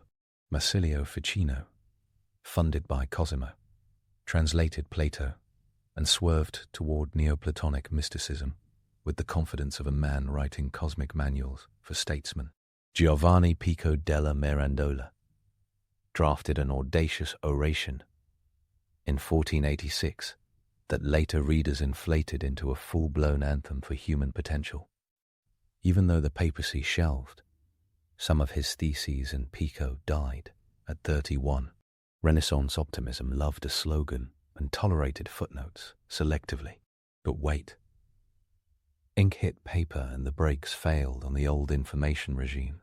Around 1450 in Mainz, Johannes Gutenberg and a tight-lipped syndicate combined movable metal type, oil-based ink, and a press adapted from winemaking that turned laborious copying into an industrial rhythm. The 42-line Bible of 1455 was the flex. By 1500, presses operated in at least 236 European towns.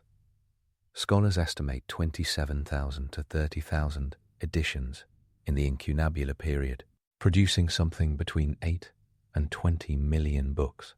Elizabeth Eisenstein's work in 1979 mapped the shockwave. Fixity of text encouraged standardization, a feedback loop for big arguments and small errata alike. Page numbers and indexes crept into design. Punctuation stabilized, and readers leaned into silent, private consumption. Aldus Manutius in Venice shrank classics into pocket octavos in the 1490s, released italic type cut by Francesco Griffa, and sold knowledge like it might need a commute. The Aldine Dolphin and Anchor Device and the Colophons read like early brand manifestos. Books became portable arguments, permissible to stash in sleeves, smuggle past censors, and love in secret. Northern Europe tuned the look of reality with its own technical revolution.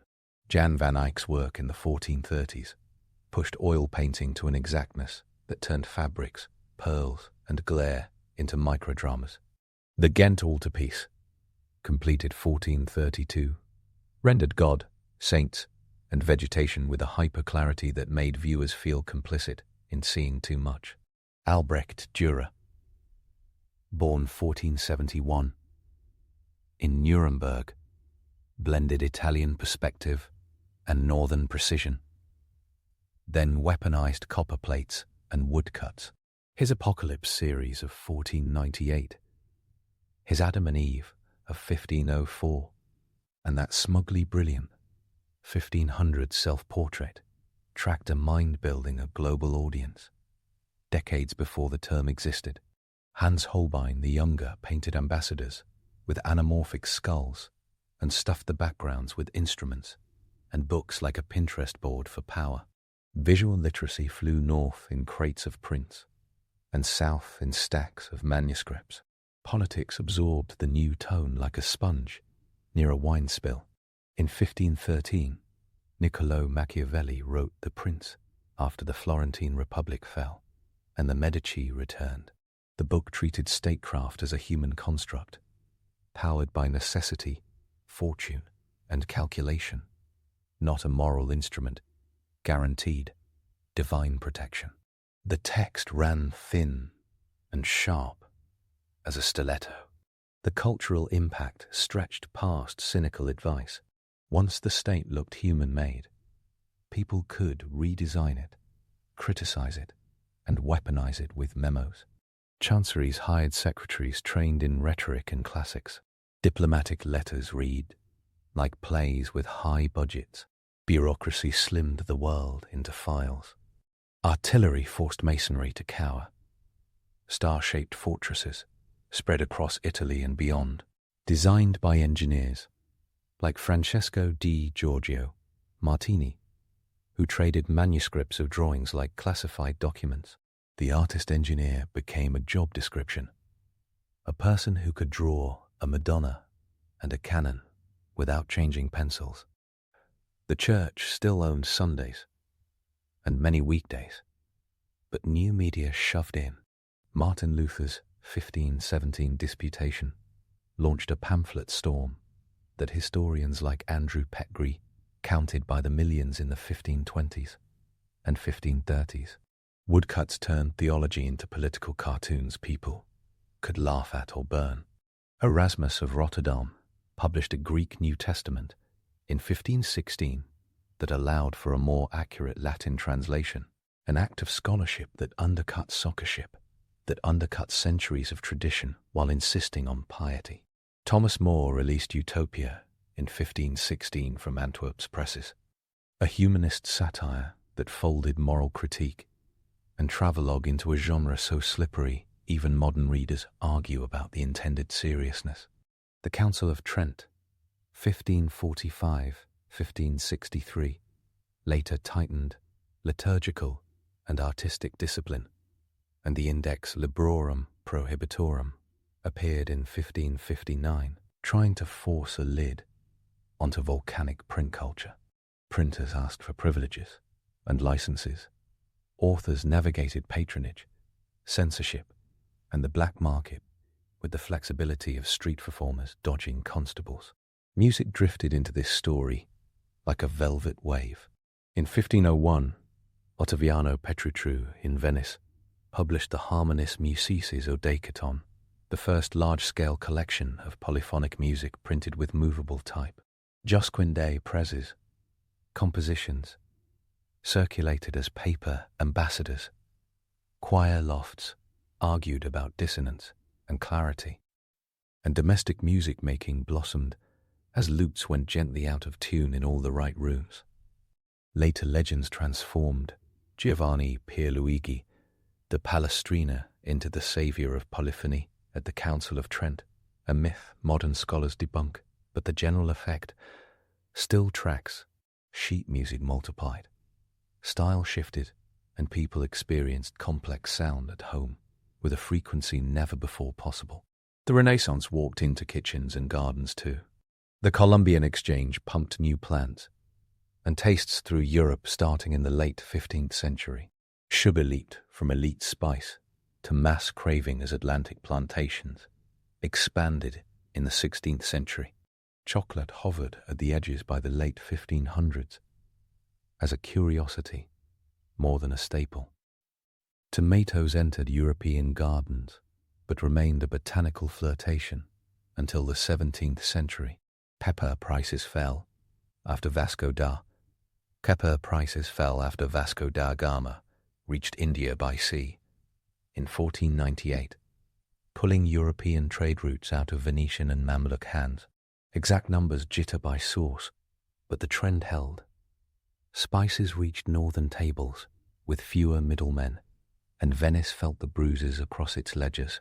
Cooks learned restraint from humanist manners manuals, like Giovanni della Casa's Galateo, 1558, which corrected messy eaters with the severity of a favorite aunt. Street life absorbed Renaissance values with a wink. Carnival songs in Florence mocked city elites and flirted with piety, as reconstructed by scholars like Natalie Zaman Davis. Commedia dell'arte troupes formed in the 1560s, wearing stock masks and improvising stories that moved across borders as fast as any merchant caravan. Public pageantry in Italian cities baked political messages into elaborate processions, and temporary stages engineered by men like Brunelleschi earlier in his career. Calcio Fiorentino, a brawl shaped like a sport, kept playing even in 1530 during a siege, a flex of civic identity through bruises. Clothing laws tried to recall extravagance from the brink. Sumptuary bans listed how many pearls a sleeve might tolerate and which fabrics stayed off limits to specific classes. Portraits promptly lied, hiding illegal trims in the folds. Women's voices threaded the noise. Christine de Pizan wrote The Book of the City of Ladies in 1405, arguing for women's intellectual capabilities with examples from history. Cassandra Fedel delivered Latin orations in Venice in the 1480s and 1490s that made humanist men sweat politely. Isabella d'Este, Marchesa of Mantua, directed a studiolo with a project manager's focus, hounding artists for revisions by letter. Sophonis Bar, Anguissola, born 1532 in Cremona, trained as a painter, received international attention, and worked at the Spanish court of Philip the Turf. Veronica Franco, a Venetian poet-courtesan, published verse in the 1570s that negotiated power, desire, and reputation with a pen as sharp as any lawyer's. The structural obstacles stayed brutal. Patriarchy guarded classrooms and guilds with stubborn gatekeeping. Yet printing snuck voices into rooms where women rarely stood in person. The cultural impact can be read in margins and dedications, in signatures that survived a censor's knife, in portraits where a sitter's gaze met a viewer's curiosity without apology. Long before European artists branded themselves as geniuses, artisans kept notebooks that operated like portable labs. Leonardo da Vinci's surviving papers look wild because the mind behind them never learned to slow down. Anatomy sketches, flying machines, waterworks, weapon designs, and jokes share space because the same hand believed categories were for the timid. He dissected bodies with surgeons, watched water eddies with the rapture reserved by others for saints, and drew the fetus in utero with an attention that made viewers feel like intruders.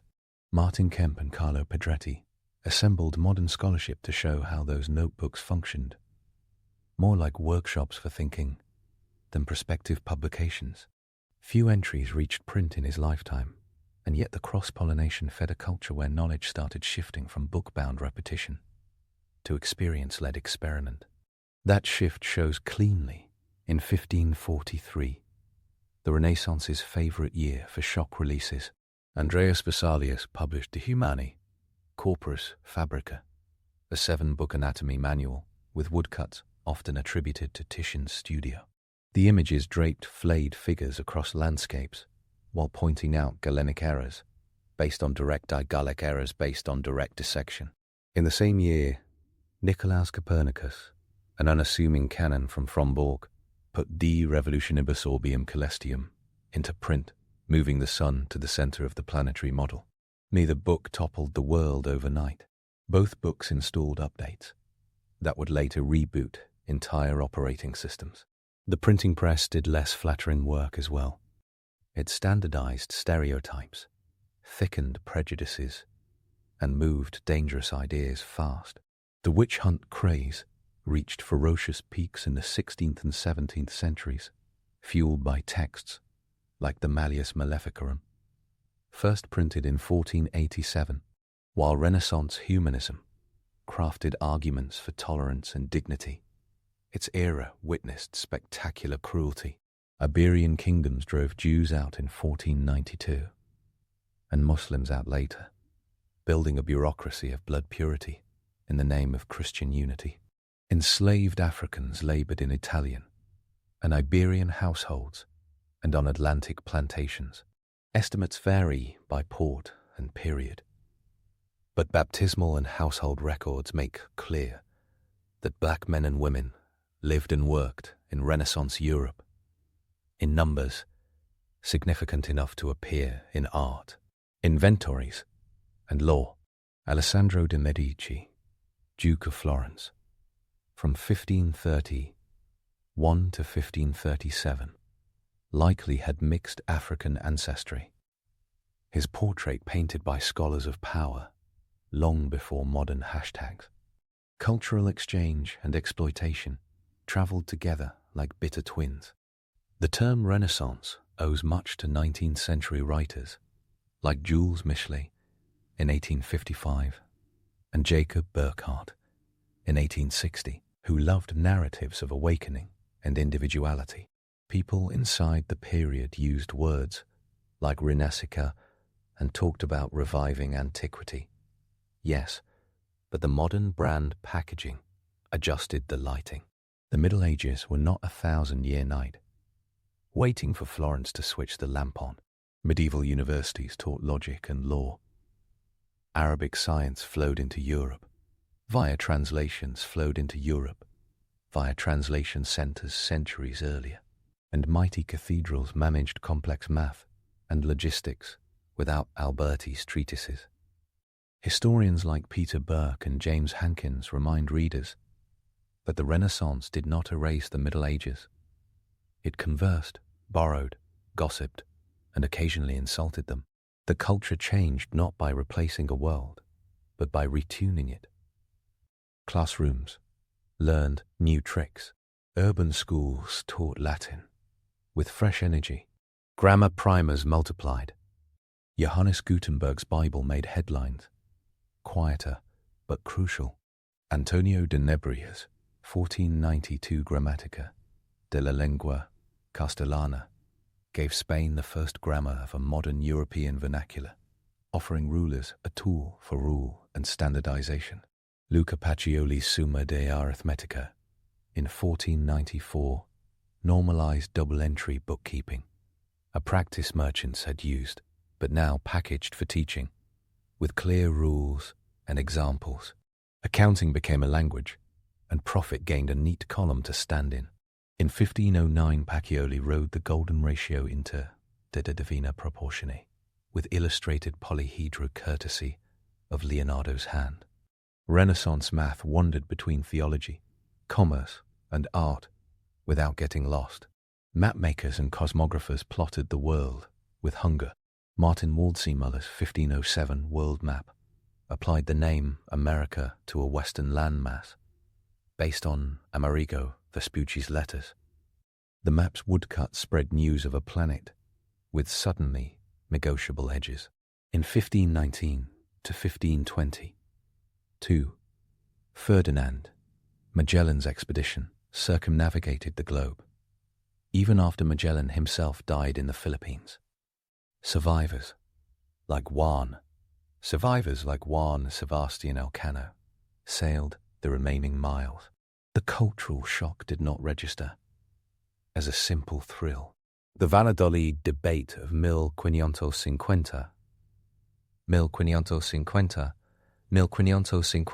pitted Bartolomé de las Casas against Juan Ginés de Poveda over the moral status of indigenous Americans. Ancient texts armed both sides. Aristotle's Politics dressed as legal theory. Christian humanism armed arguments for dignity and rights. Art and the idea of human likeness traveled with missionaries and merchants. Jesuit Father Matteo Ricci entered Beijing in 1601 with clocks and maps. A Renaissance gentleman abroad in a world that had perfected woodblock printing centuries earlier. Exchange unfolded in both directions. Mughal miniaturists in the reign of Akbar and Jahangir studied European engravings, adapting shading and perspective into Persianate traditions. Ottoman sultans like Mehmed II collected portraits by Gentile Bellini in the 1470s, and calligraphers laid down Torah, signatures with a flourish that outbragged many a European heraldic device. Renaissance culture, in the broad sense, created links as much as dominations. Architecture sorted ambition into stone classrooms. Brunelleschi's Ospedale, Delhi Innocenti set a clean vocabulary of columns and arches around 1420. Alberti's facades tried to turn Roman ideas into workable 15th century features in buildings like Santa Maria Novella. By the mid-16th century, Andrea Palladio, in the Veneto integrated temple fronts, with rural villas, wrote the 4 books of architecture in 1570 and released a style guide that went viral for centuries. English court circles imported Palladian ideals with Inigo Jones in the 1620s and later recycled them in Georgian squares. Across the Atlantic, Thomas Jefferson admired Palladio enough to redesign a hemisphere's homes with porticos and pediments. That leap says less about marble and more about Renaissance confidence in rules, proportions, orders, ratios that claimed universal scope. Architecture became a field with textbooks and standards, a professional identity, not simply a builder's craft. Art markets shook themselves free of exclusive patronage, one edition at a time. Prints by Raymond D. Dira and Hugo da Carpi turned art into a commodity with scalable profits. An engraving could appear in hundreds of households that would never afford an oil painting. Collectors kept portfolios, coffee tables, in embryo form. The Medici and other dynasties kept commissioning fresco cycles and bronzes, but ordinary literate tradesmen could tack woodcuts to walls and collect broadsheets with images of comets, monsters, and crimes. The news travelled image first. Marin Sanudo's diaries in Venice from 1496 to 1530. 3 recorded a city addicted to information, gossip, and chafing under regulation while getting rich from it. Censorship kept time with proliferation. Venetian printers applied for privileges, even as the Senate worried about sedition and scandal. The Roman Inquisition in the 1540s put scholars under pressure. Galileo's trouble came in the 17th century, but the ecosystem that made his case spectacular grew in the 16th. Permissions, licenses, denunciations, mitigation through powerful friends, and letters circulated in a republic of letters that could grow poisonous quickly. Anthony Grafton has documented annotators and scholars who turned the printed book into a battlefield of marginalia. Readers argued in the gutters of the page because the main text pretended to sit still. That tension. Fixed book. Mobile reader energized a century and set an agenda for the next. City governments learned to cosplay Rome at scale.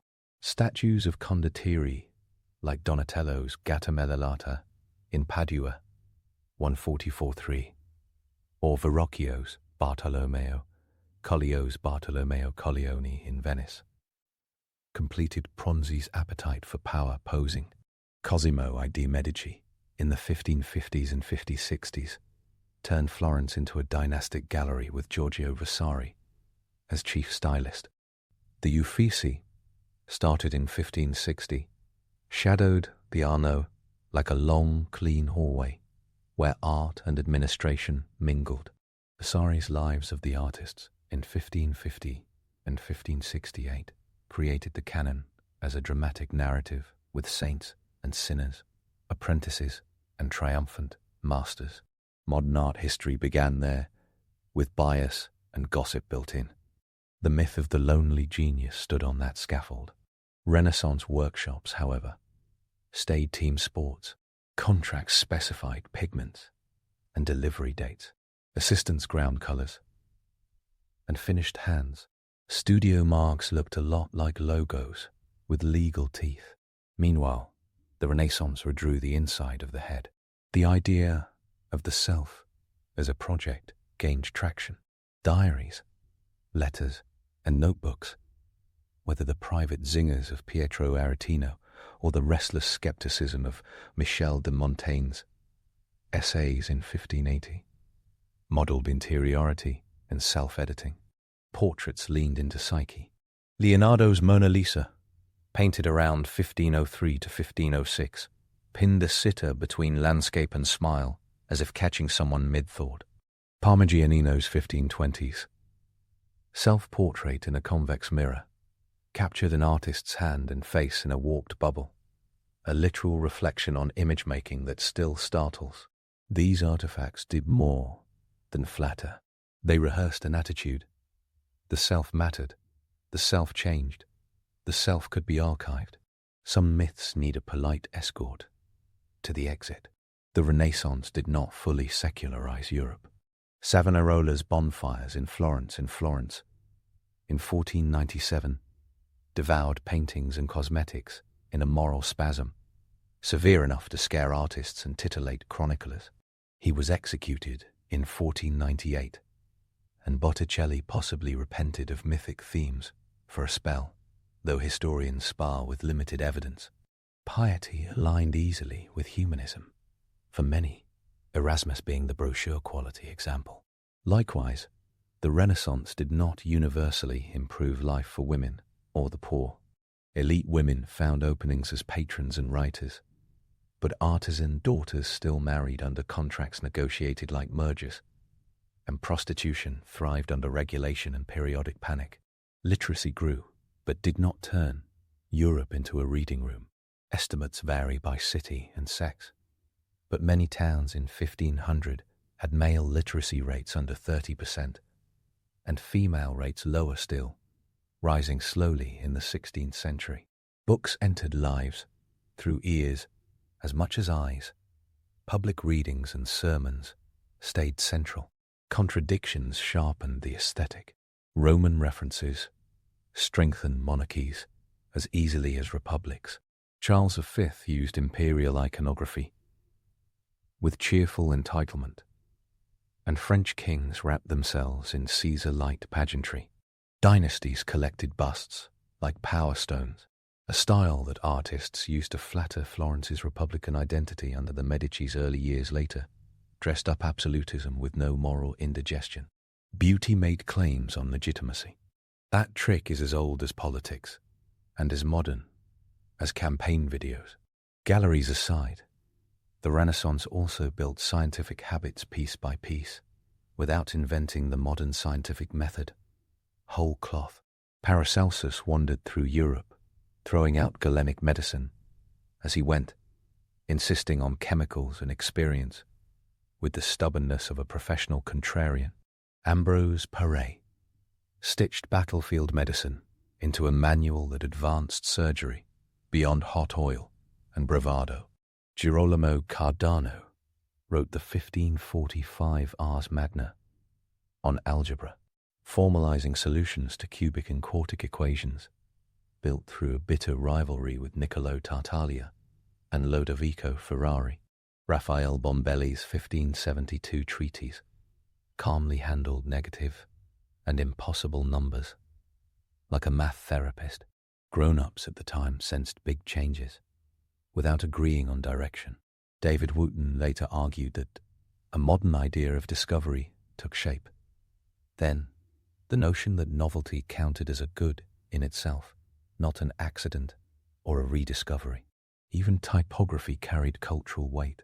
Venetian punch cutters, like Nicholas Jensen, developed Roman types clear enough to still look elegant in 2026. Aldous introduced italic not as style, but as space-saving genius. The semicolon crept into usage with Aldine editions and Italian humanists, disciplining thought into layers of pause that run deeper than commas, but lighter than commas, but lighter than periods. Punctuation became interior choreography. Reading shaped thinking at the level of breath. The Renaissance's global pull can be followed in the margins where Europeans appeared as one culture among many. Deborah Howard documented Venice's long conversation with the Islamic world in architecture and trade. Jerry Broughton tracked the Renaissance's global frames through maps and deals. Lisa Jardine showed humanists weaponizing culture as diplomacy. Paula Feinlein laid out how natural history cabinets and curiosity culture linked with commerce and early science. The point grows sharper with each citation. The Renaissance did not just radiate. It absorbed, edited, and sometimes announced the edits with suspicious confidence. Money kept count all the while. Cosimo de' Medici's exile in 1433 and triumphant return in 1434 taught Florence how power circulates when currencies and patrons set prices on favor. The Florentine Catadesto, a tax survey of 1427, gives historians hard numbers about households, property, and wealth across classes. The Fuggers in Augsburg bankrolled Habsburg elections and mined Tyrolean copper, demonstrating that politics could be purchased wholesale. When Charles V secured the imperial crown in 1519, Fugger loans smoothed bribes disguised as election gifts, tangible proof that Renaissance ideals coexisted with Renaissance ideals, coexisted with Renaissance invoices. Art on the wall and interest on paper slept in the same bed. a more somber current ran along the same banks. Gunfire and plague kept meter. The Italian wars from 1494 to 1559 invited French and Spanish armies to picnic on the peninsula. Rome's 1527 sack by Charles V's mutinous troops shattered illusions about papal invulnerability, scattering artists and scholars to safer patrons and building a diaspora of talent. Printing followed, fled refugees and opportunists to cities like Lyon and Antwerp. Cultural centres multiplied. No one city owned the Renaissance. After 1500, northern humanism grew teethed and sly. Erasmus mocked folly with a grin and pressed reform with a firm hand that avoided schism. Guillaume Boudet, in France, drove royal libraries and Greek studies hard enough to matter. Melanchthon systematized Protestant schools into a curricular machine. The Republic of Letters cut across confessions more often than sermons did, with correspondence trading meteor sightings, ancient inscriptions, and diplomatic hints. Postal systems hardened into habit. Fugger newsletters quietly built a news market before newspapers had names. Information wanted to travel, and money gave it a horse. The Renaissance infected calendars too. The Julian calendar wobbled with accumulated error by the 16th century. In 1582, Pope Gregory VI deployed astronomers to fix drift with the Gregorian reform, dropping 10 days to make Easter behave, and asking Catholic countries to get on board immediately. Protestant regions hesitated to take advice from Rome about time, which produced chronological side-eye across borders until adoption slowly spread. The period's confidence in systematizing the cosmos, from planetary paths to printed music to urban squares, unfolded here with papal efficiency dressed as temporal hygiene.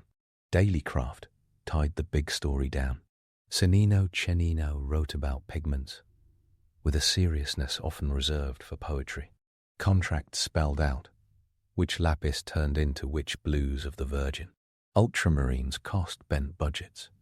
Patronage built taste. Taste built reputations. Reputations built lines of credit. When Pope Julius the Tacit hired Michelangelo to paint the Sistine ceiling from 1508 to 1512, the project bullied time and money as only papal commissions can. David stood in Florence from 1504 as a public sculpture with a backstory of civic defiance and workshop politics. Raphael painted his Stanza della Signature frescoes around 1511, staging the school of Athens as a utopian classroom where Plato and Aristotle performed a debate of gestures amid a perfect architecture that never worried about leaks. That image condensed a fantasy many readers of humanism held dear. Old knowledge and new life, shaking hands in a room designed to last. Those rooms changed behavior. People learned to look up. Ceilings told stories. Walls modeled arguments. Vision itself became a trained muscle. A viewer standing in front of a painting in 1520 had more to decode than a viewer in 1320. Not because 1320 lacked complexity, but because a more standardized and distributed visual language allowed for new layers of reference. Chiaroscuro and sfumato graded light like moral dilemmas. Contrapposto carried weight like ethical stance. Art history as a discipline would later formalize these readings, but people in the 16th century still got the gist because culture trained them. One last thread runs quiet and deep. Time. Biondo Flavio's histories and other humanist chronographers started arranging the past into recoverable, nameable periods. Vasari declared progress in art through biographies. Scholars sorted coins, inscriptions, and ruins into an archaeology of authority.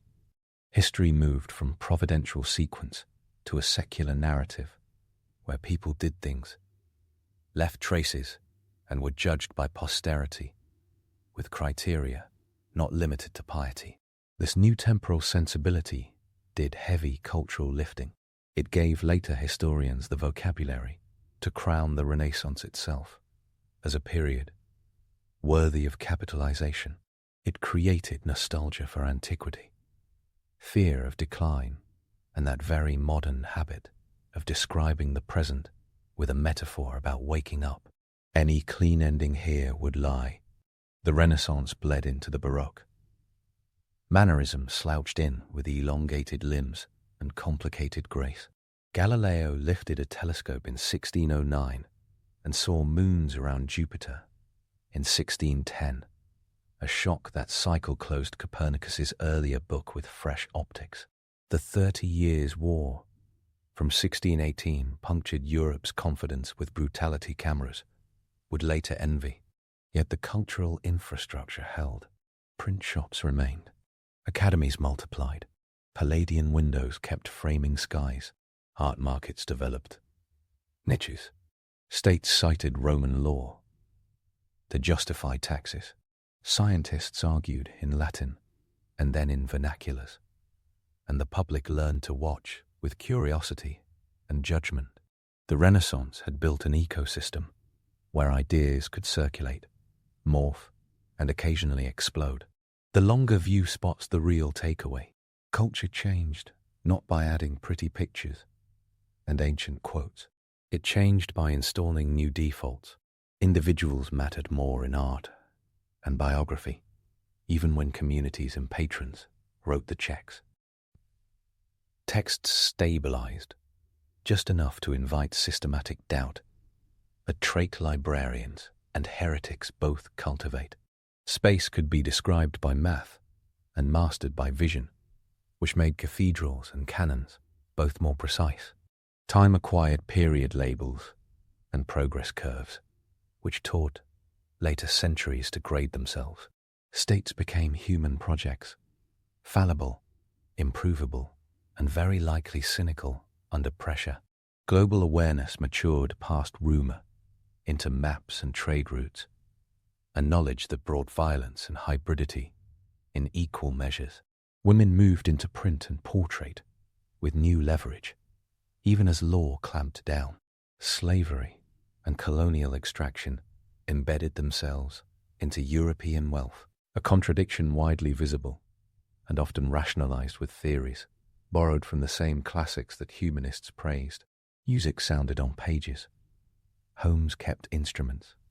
Salons argued.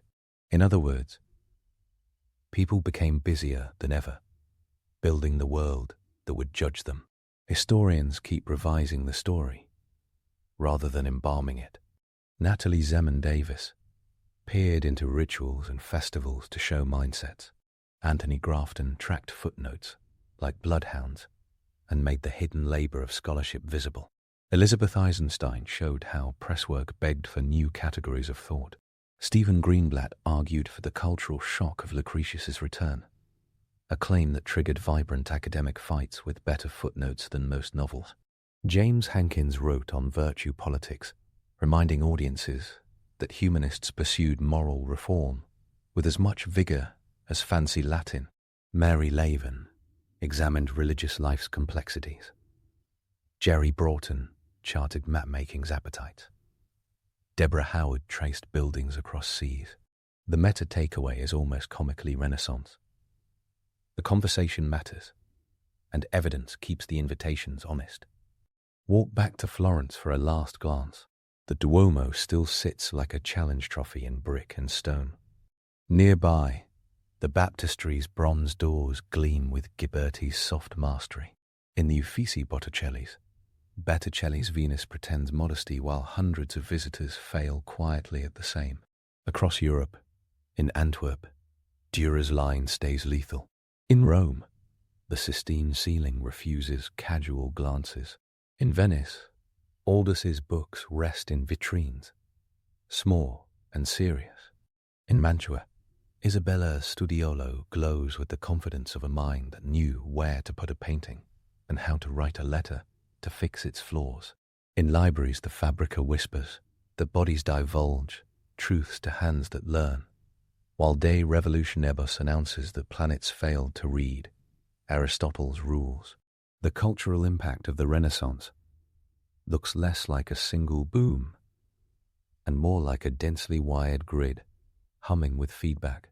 Bankers, bishops, printers, painters, engineers, courtesans, scholars, sailors, and street singers all tapped into it.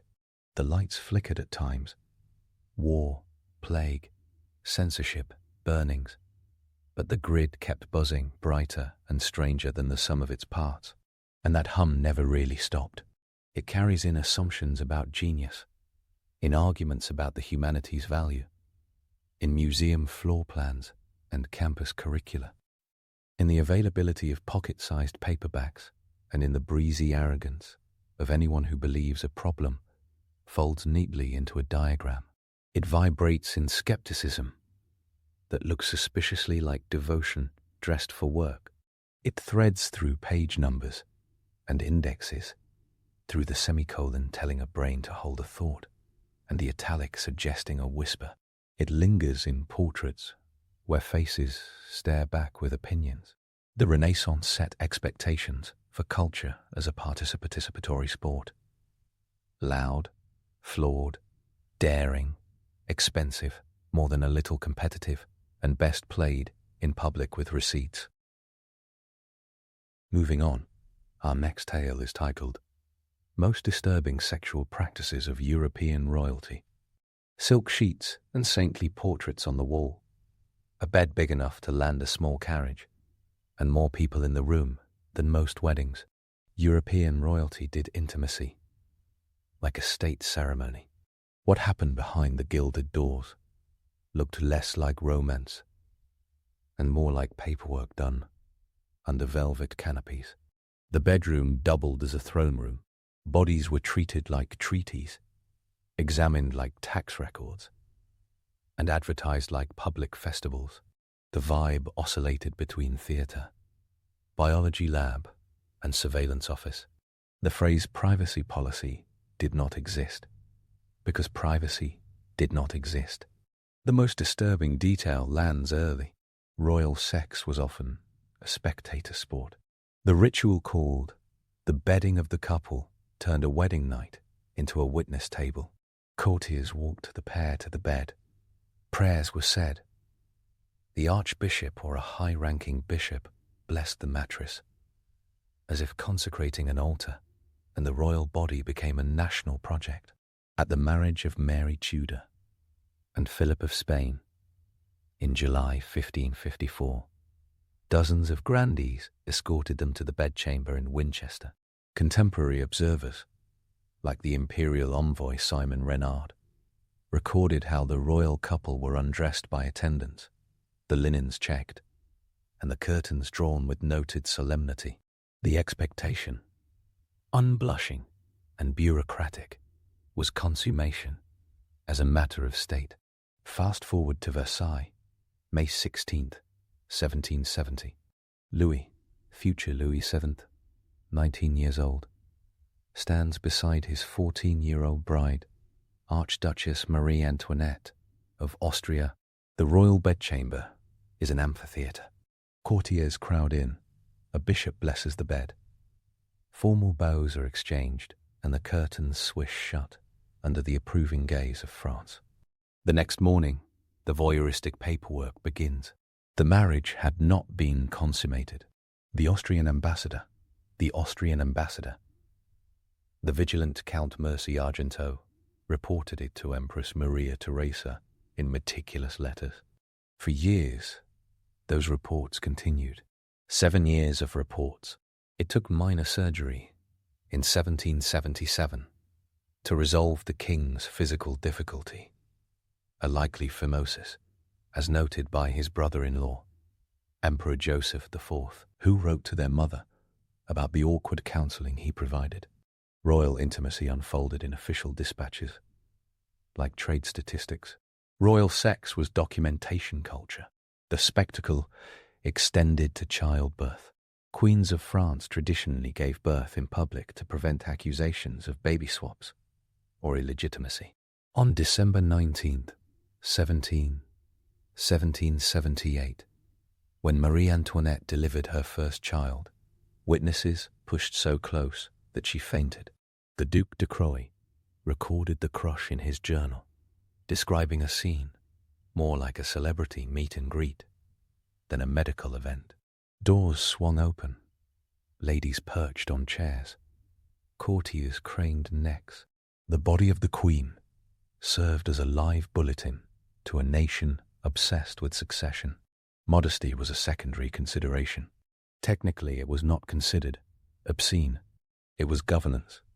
Where privacy evaporated, rumor bloomed. When thrones and beds merged, scandal functioned like propaganda. Talk of mistresses and methods, potency and methods, potency and paternity became political analysis. Courtiers mined the sheets for leverage, pamphleteers invented tales, and enemies spun sexual rumor like artillery shells. Some stories were monstrously true. Some were clever lies that refused to die. Louis Quin's private life earned a file cabinet of both. Long after the Sun King's disciplined court, the heir who became Louis XVI grew into a paradox, pious on paper, sensual in practice.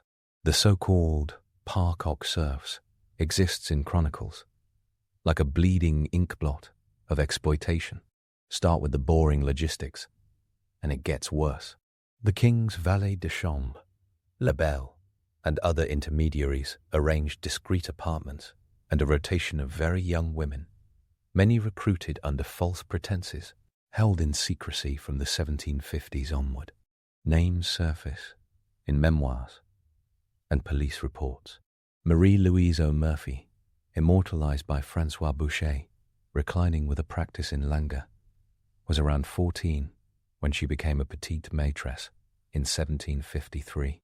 The picture hangs in museums. The human behind it drops out of the gilded frame straight into the reality that these were teenagers procured for a king in his 40s. Historians still star over the size of the operation. Some 18th century libelles inflated the number into the dozens upon dozens. Serious biographers like Michel Antoine and Evelyn Levin describe a clandestine system of secret apartments and a pattern of recruitment, probably involving several dozen girls over years, often from middling families who lacked power to refuse the monarchy. The operation was not a literal park of deer, but a network of rooms under court control. Even if the wicked headlines got the geography wrong, the mechanics reeked of exploitation. Age mattered. Consent, under that power imbalance, meant nothing. The phrase grooming did not exist in the 1750s lexicon. The concept existed with teeth. The justification sounded high-minded in court whispers. Morality with a loophole. Keep the king out of politics by keeping him busy. If he must sin, better under supervision. Madame de Pompadour, the king's chief companion long after intimacy ended, monitored the scene with the cool logic of a project manager who knew that controlling chaos was better than chaos controlling the throne. The result was a monarchy that looked pious in sermons and looked predatory in procurement reports. Every detail carries the antiseptic chill of HR paperwork weaponized by a crown. The French were not unique in the belief that royal sex should be audited. Across Europe, virginity and fertility were public assets, measured by intrusive ritual. Proofs of consummation could be demanded. Bedsheets could be paraded. In Scotland and parts of northern Europe, it was not unheard of to display linens as a performative guarantee, a custom of communities that saw marriage as a social contract policed by neighbours. Among royals, the habit took on diplomatic stakes. Marriages might be annulled for lack of consummation. An envoys wrote home with uncomfortable precision.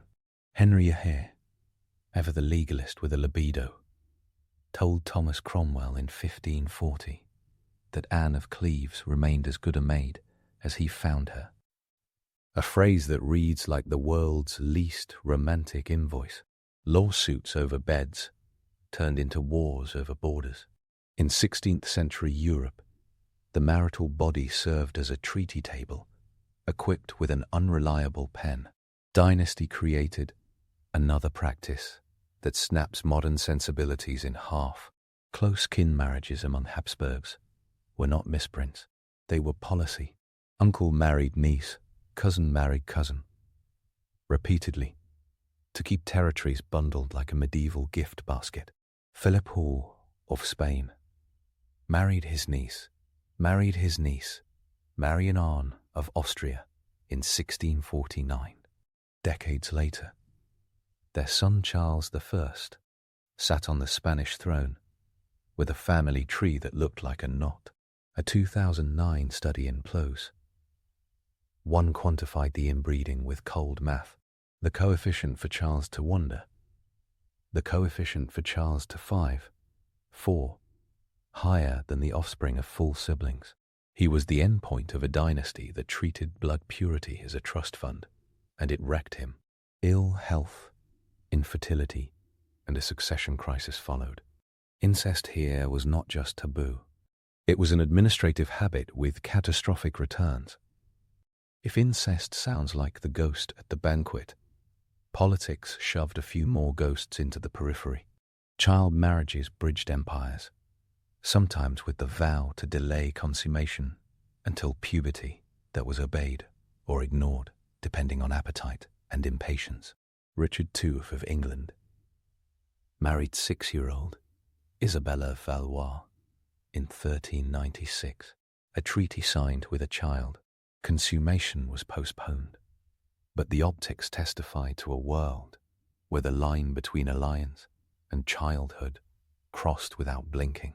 In 1615, Louis XIII of France and Anne of Austria both married at 14 and were ritually bedded, a pageant of dynastic duty that looked like a coronation, with nightshirts.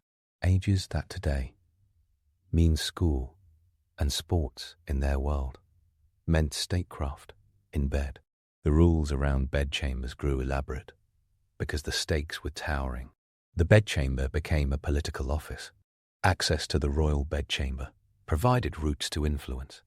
Entire factions formed around who handed the king his shirt, who fluffed the royal pillow, who closed the bed curtains. In the Stuart court of James I of England, favour resembled gravity, pulled in by George Villiers, Duke of Buckingham, whose route to the royal presence brought scandalised commentary from courtiers and pamphleteers. Enemies framed their intimacy as sodomy to wound the crown. The real scandal lay not in consenting affection, but in how the politics of access defined power. Royal desire, whatever its direction, doubled as policy instrument. Other times, the body of the monarch collided with medical superstition and humiliation. Charles to wonder. Charles to sicken of Spain suffered public cures as if a king were an amphora to be refilled. Odd and invasive remedies, exorcisms, and public ritual attempts at healing blurred religion and quackery.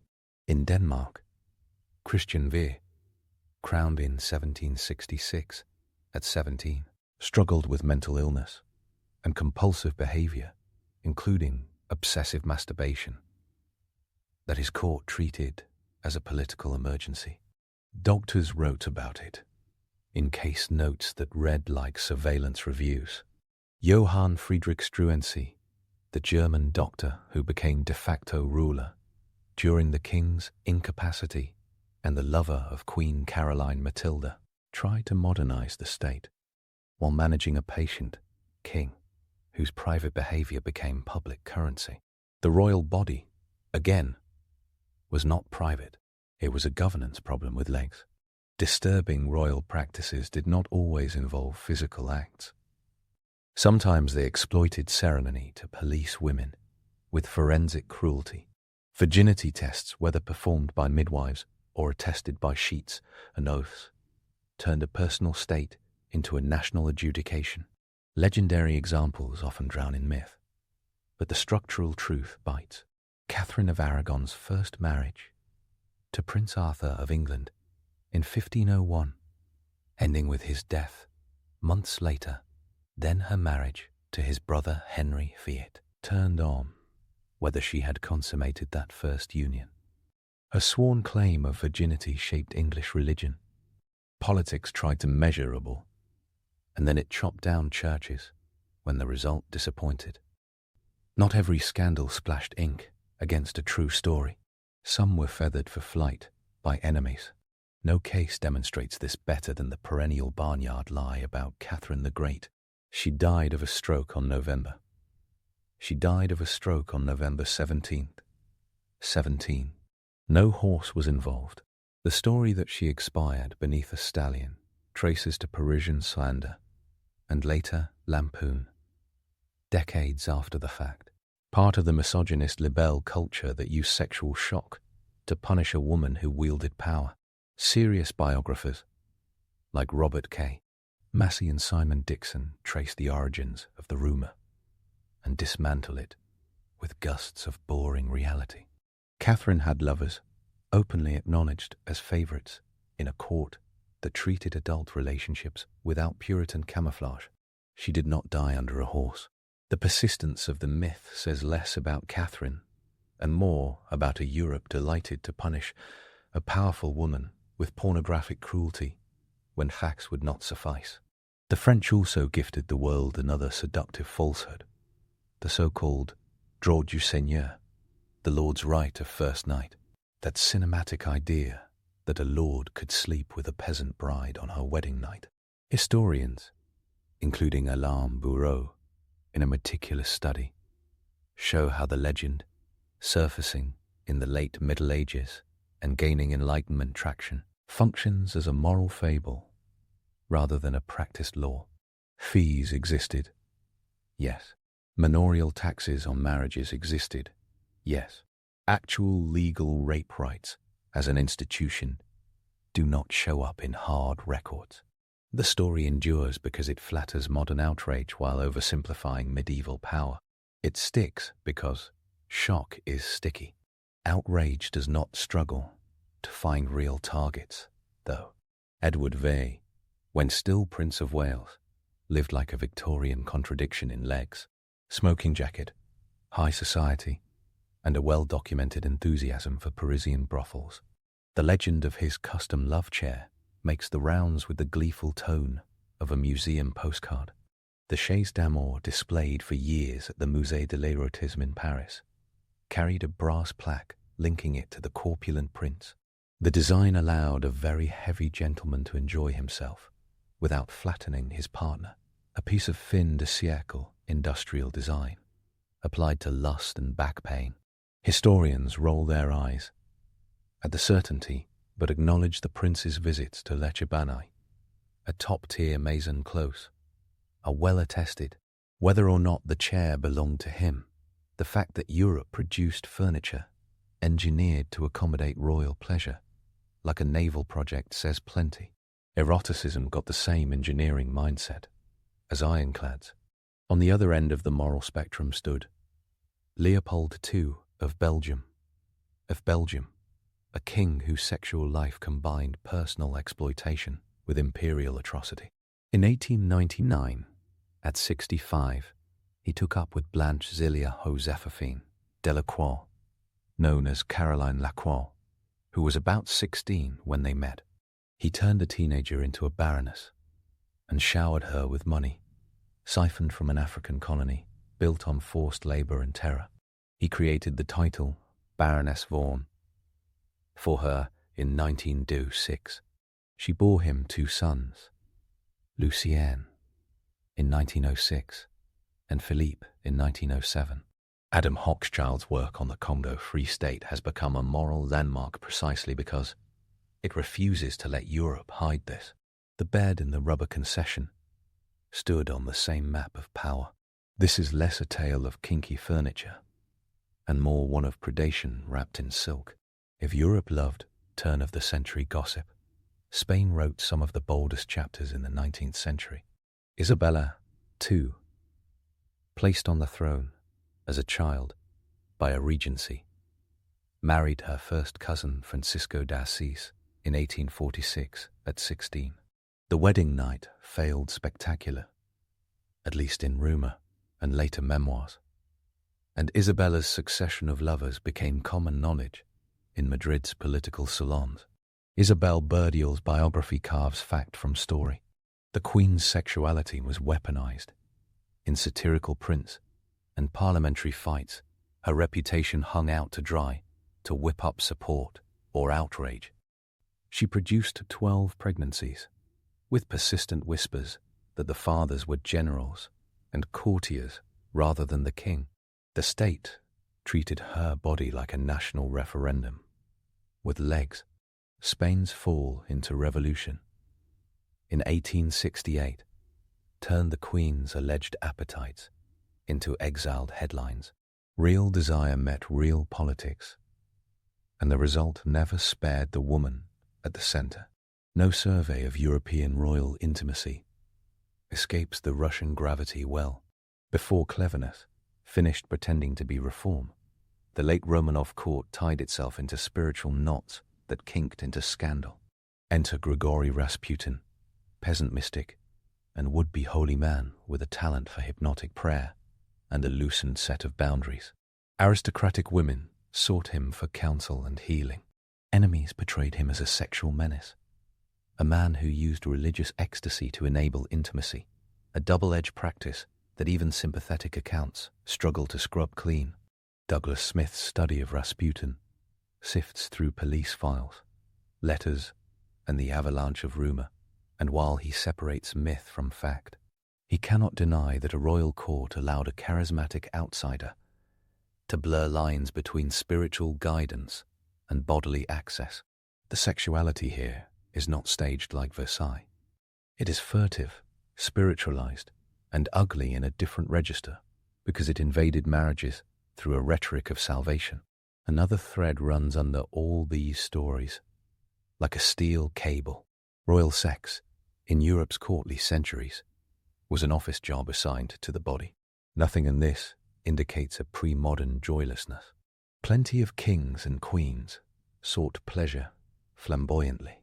Louis Sacetis, who politely avoided scandalizing the liturgy by placing his official mistress, the Marquise de Montespan, discreetly in a separate chapel bench, had children with her while still married to the Queen, and kept a court calendar that mingled war council, ballet rehearsal, and whispered rendezvous in the same 24 hours. Augustus the Strong of Saxony, born 1670, earned his nickname honestly by reportedly fathering dozens of illegitimate children, perhaps over 100, if one believes the more exuberant biographies. These numbers functioned as political theatre. Virility advertised stability. The king, who could populate half a city, implied that his line could hold a frontier. On the flip side, impotence and infertility triggered treatments that turned palace bedrooms into operating theatres. The moment Joseph II wrote clinically about Louis X, physiological difficulty, medicine entered the bed with the swagger of enlightenment over confidence. Circumcision-like operations were advised. Midwives were consulted with alarming publicness, and the press found ways to report the unsayable with metaphors everyone understood. Non-consummation became a diplomatic subject line. Letters, diaries, and ambassadorial reports exist in archives that capture the clinical tone used to describe the body of a king like a failing machine part. Nobody thought to ask for the patient's permission to share. He was the state. The state had the password to his body. Even when ritual scaled back, the residue of public ownership clung to royal desire. The Caroline of Brunswick affair turned into a courtroom peep show.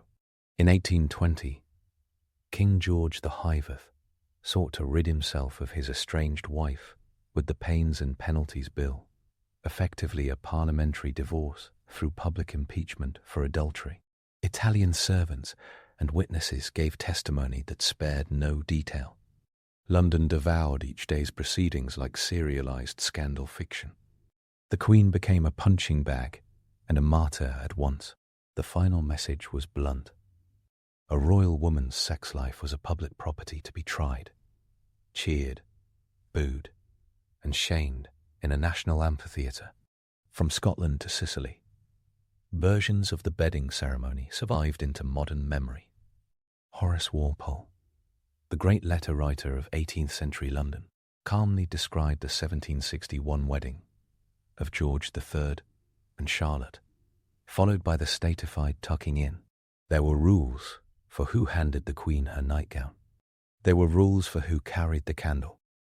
There were rules for who could draw the curtains.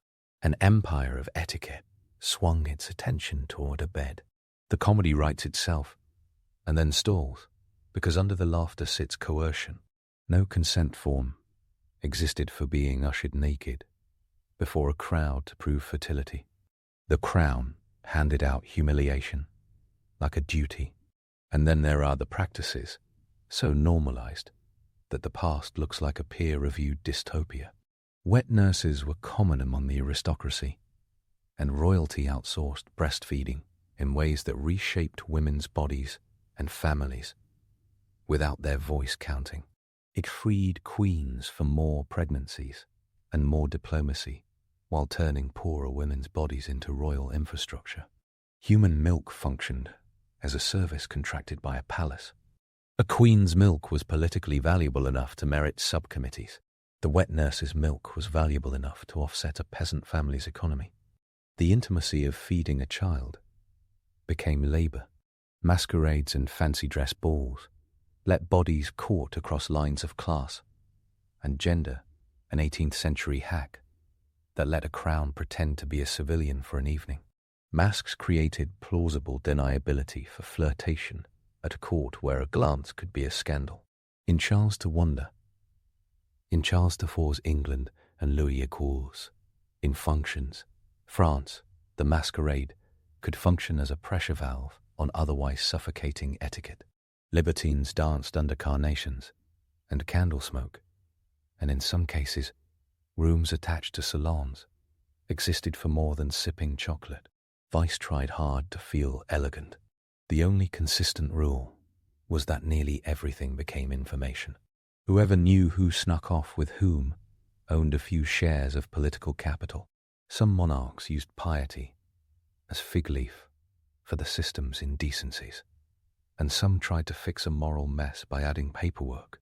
Maria Theresa of Austria, mother of 16, who read her ambassador's reports about her daughter's unconsummated marriage with that blend of maternal anxiety and imperial purpose, also waged a campaign against prostitution and venereal disease in her lands.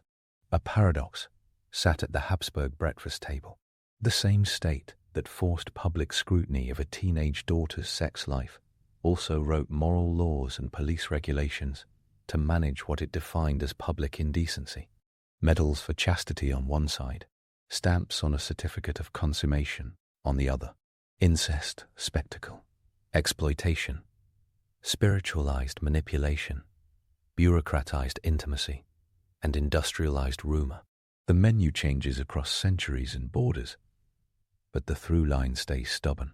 Royal sex was not private, and when raw power touched intimacy without guardrails, a lot of what resulted turned ugly. Not in the cartoon way of Hollywood pastiche, in the chilling matter-of-fact way of a world where an archbishop might bless a mattress, where a minister might tally a mistress budget like a naval expense, and where a parliament might turn a woman's bedding into a televised trial without cameras. Too much of what lingers in public mind is myth, and the myth is easy to love because it offloads blame onto pantomime villains. The horse that killed Catherine is lurid and simple. The draught du Seigneur is cinematic. These lie neatly.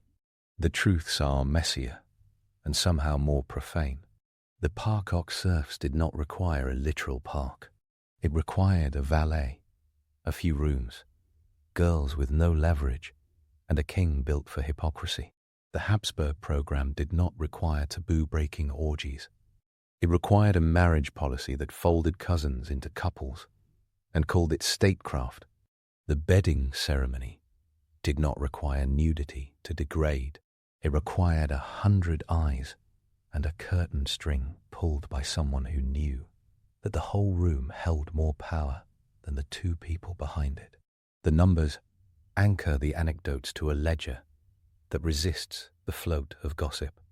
Louis their quiz, clandestine rotation, likely drew in several dozen young women over a period of perhaps 15 to 20 years, with particular intensity in the 1750s and early 1760s. Charles to Wonder, Charles to 6 of Spain's inbreeding coefficient of 0.254, calculated from 9 generations of uncle-niece and cousin marriages, stands as a statistic that reads like a tombstone.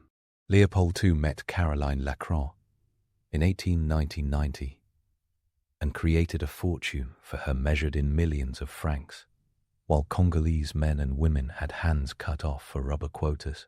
Edward Vere's favourite brothel, Le Chabanais, listed royal clients with the casualness of a Michelin guide, and the alleged love chair, whether his or the property of the brothel, speaks to a world where bespoke tools met bespoke appetites.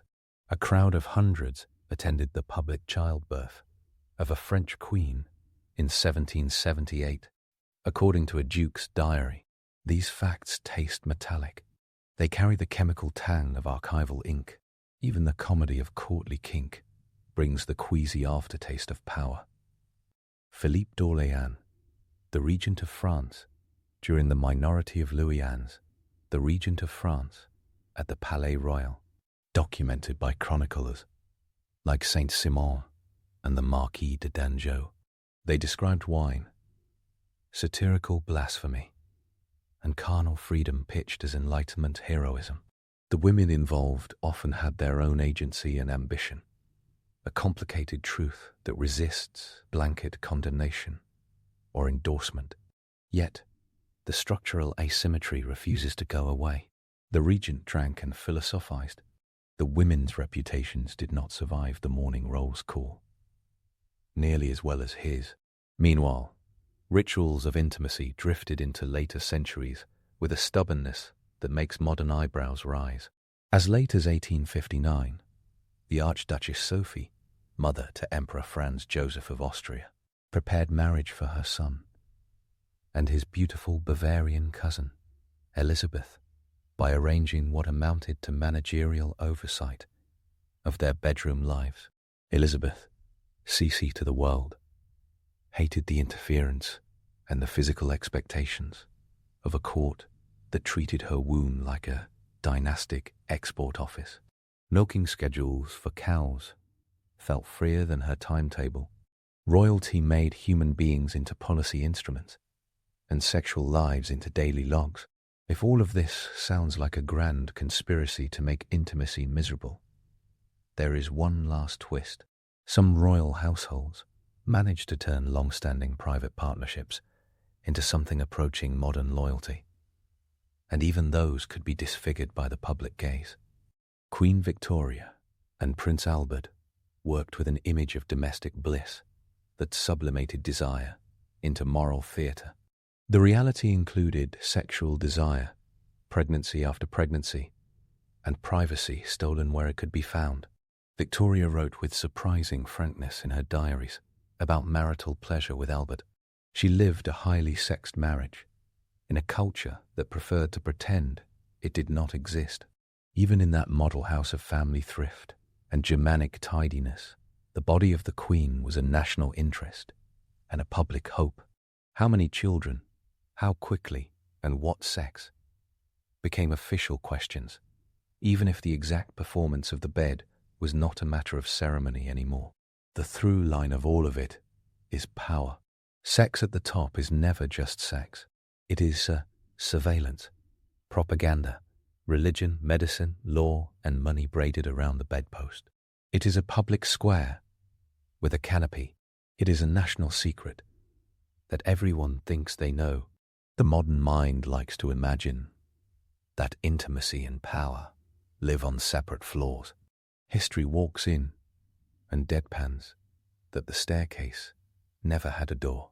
The instinct to gawp at the freak show of royal bodies is as old as the first chronicle that bothered to write down a rumor.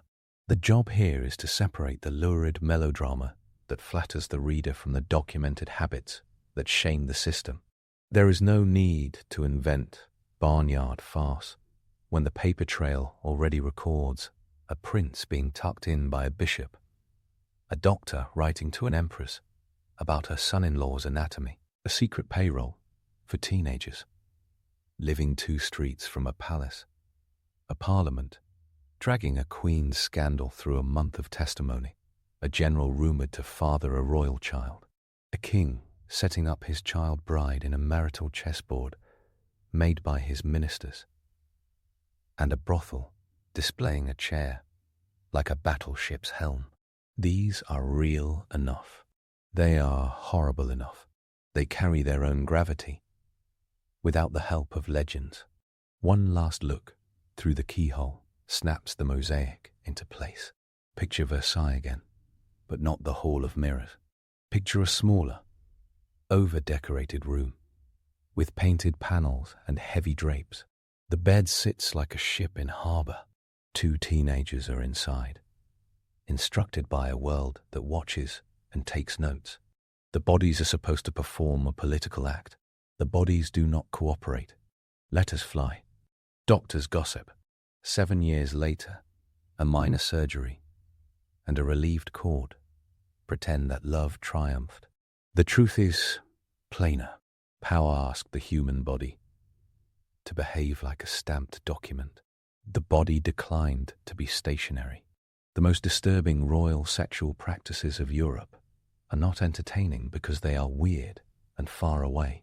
They are disturbing because they are familiar in their logic while catastrophic in their freedom from consequence.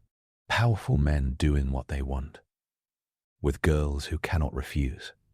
Institutions treating a woman's sexual status as public property. Dynasties using kin as strategy with no regard for health. Courts inventing theatre to make coercion look elegant. Enemies weaponizing sexuality to destroy rivals. Mythmakers using cruelty, dressed up as wit to punish powerful women. The list reads like a calamity checklist with chandeliers. It is tempting to listen for the clatter of jewelry and the rustle of silk, and to pretend that distance makes it safe. The record resists that comfort. In letters and journals, in police files and parliamentary reports, in medical notes and ambassadorial dispatches, the truth speaks with the flat tone of a clerk filling rows in a ledger. Someone signed off on this. Someone ordered the mattress blessed. Someone tallied the allowances for girls in an apartment near the palace. Someone penciled in a surgical appointment for a king. Someone calculated a genetic coefficient from a family tree designed to appease geography. Someone deposited a fortune into an account for a teenager, while men in Africa were whipped for failing rubber quotas. The historian's job involves returning to that ledger and reading out loud without flinching. The content carries its own indictment. The style can be sardonic because the theatre is absurd, but the facts remain. Where kings and queens moved, sex became policy. Where policy entered the bedroom, things broke. The myths that gather on top, like dust, are always entertaining. The truth underneath is always more chilling. Sources hide in plain sight for anyone who wants receipts. Mercy Argento's letters to Maria Theresa record the non-consummation of 1770 with a detail that would embarrass a medical chart.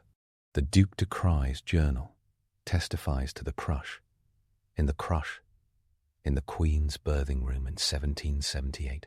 Close One's 2009 analysis quantifies Habsburg inbreeding with the finality of mathematics. Robert Kay, Massey and Simon Dixon trace the real Catherine to the end and bury the beastly rumour under piles of mundane evidence. Michel Antoine and Eveline Lever-Levin map Louis XVII's private life with the sobriety that makes it more monstrous, not less. Adam Hochschild walks the Congo's pain straight into Leopold's accounts. Horace Walpole writes his letters and shows how normal all this seemed to those living inside it. Alain Bourreau slices the droit seigneur to ribbons and files the legend where it belongs. The sum total is a map of a continent where the royal bed was a border crossing post, supervised by priests, doctors, and spies. The glitter never goes away. That is part of the horror. Candlelight bouncing off gold leaf, pearl buttons, perfumed gloves, Latin blessings washing over a mattress, a coach rolling through crowds to a palace, a throne room, 15 steps from a bedchamber, a diary in an elegant hand, recording something that no one should have had to endure. The smell of beeswax and sweat, the sense that the audience has always been here, leaning in. The inventory of disturbing practices can stretch until the mind goes numb. It should not. It should clarify. It should pin down the pattern. Intimacy plus power without accountability equals violence, whether in a hunting lodge near Versailles, or a courtroom in London, or a brothel in Paris, or a chapel in Vienna, or a palace in Madrid. Europe did not invent the formula. European royalty simply ran it, at scale, with nice upholstery.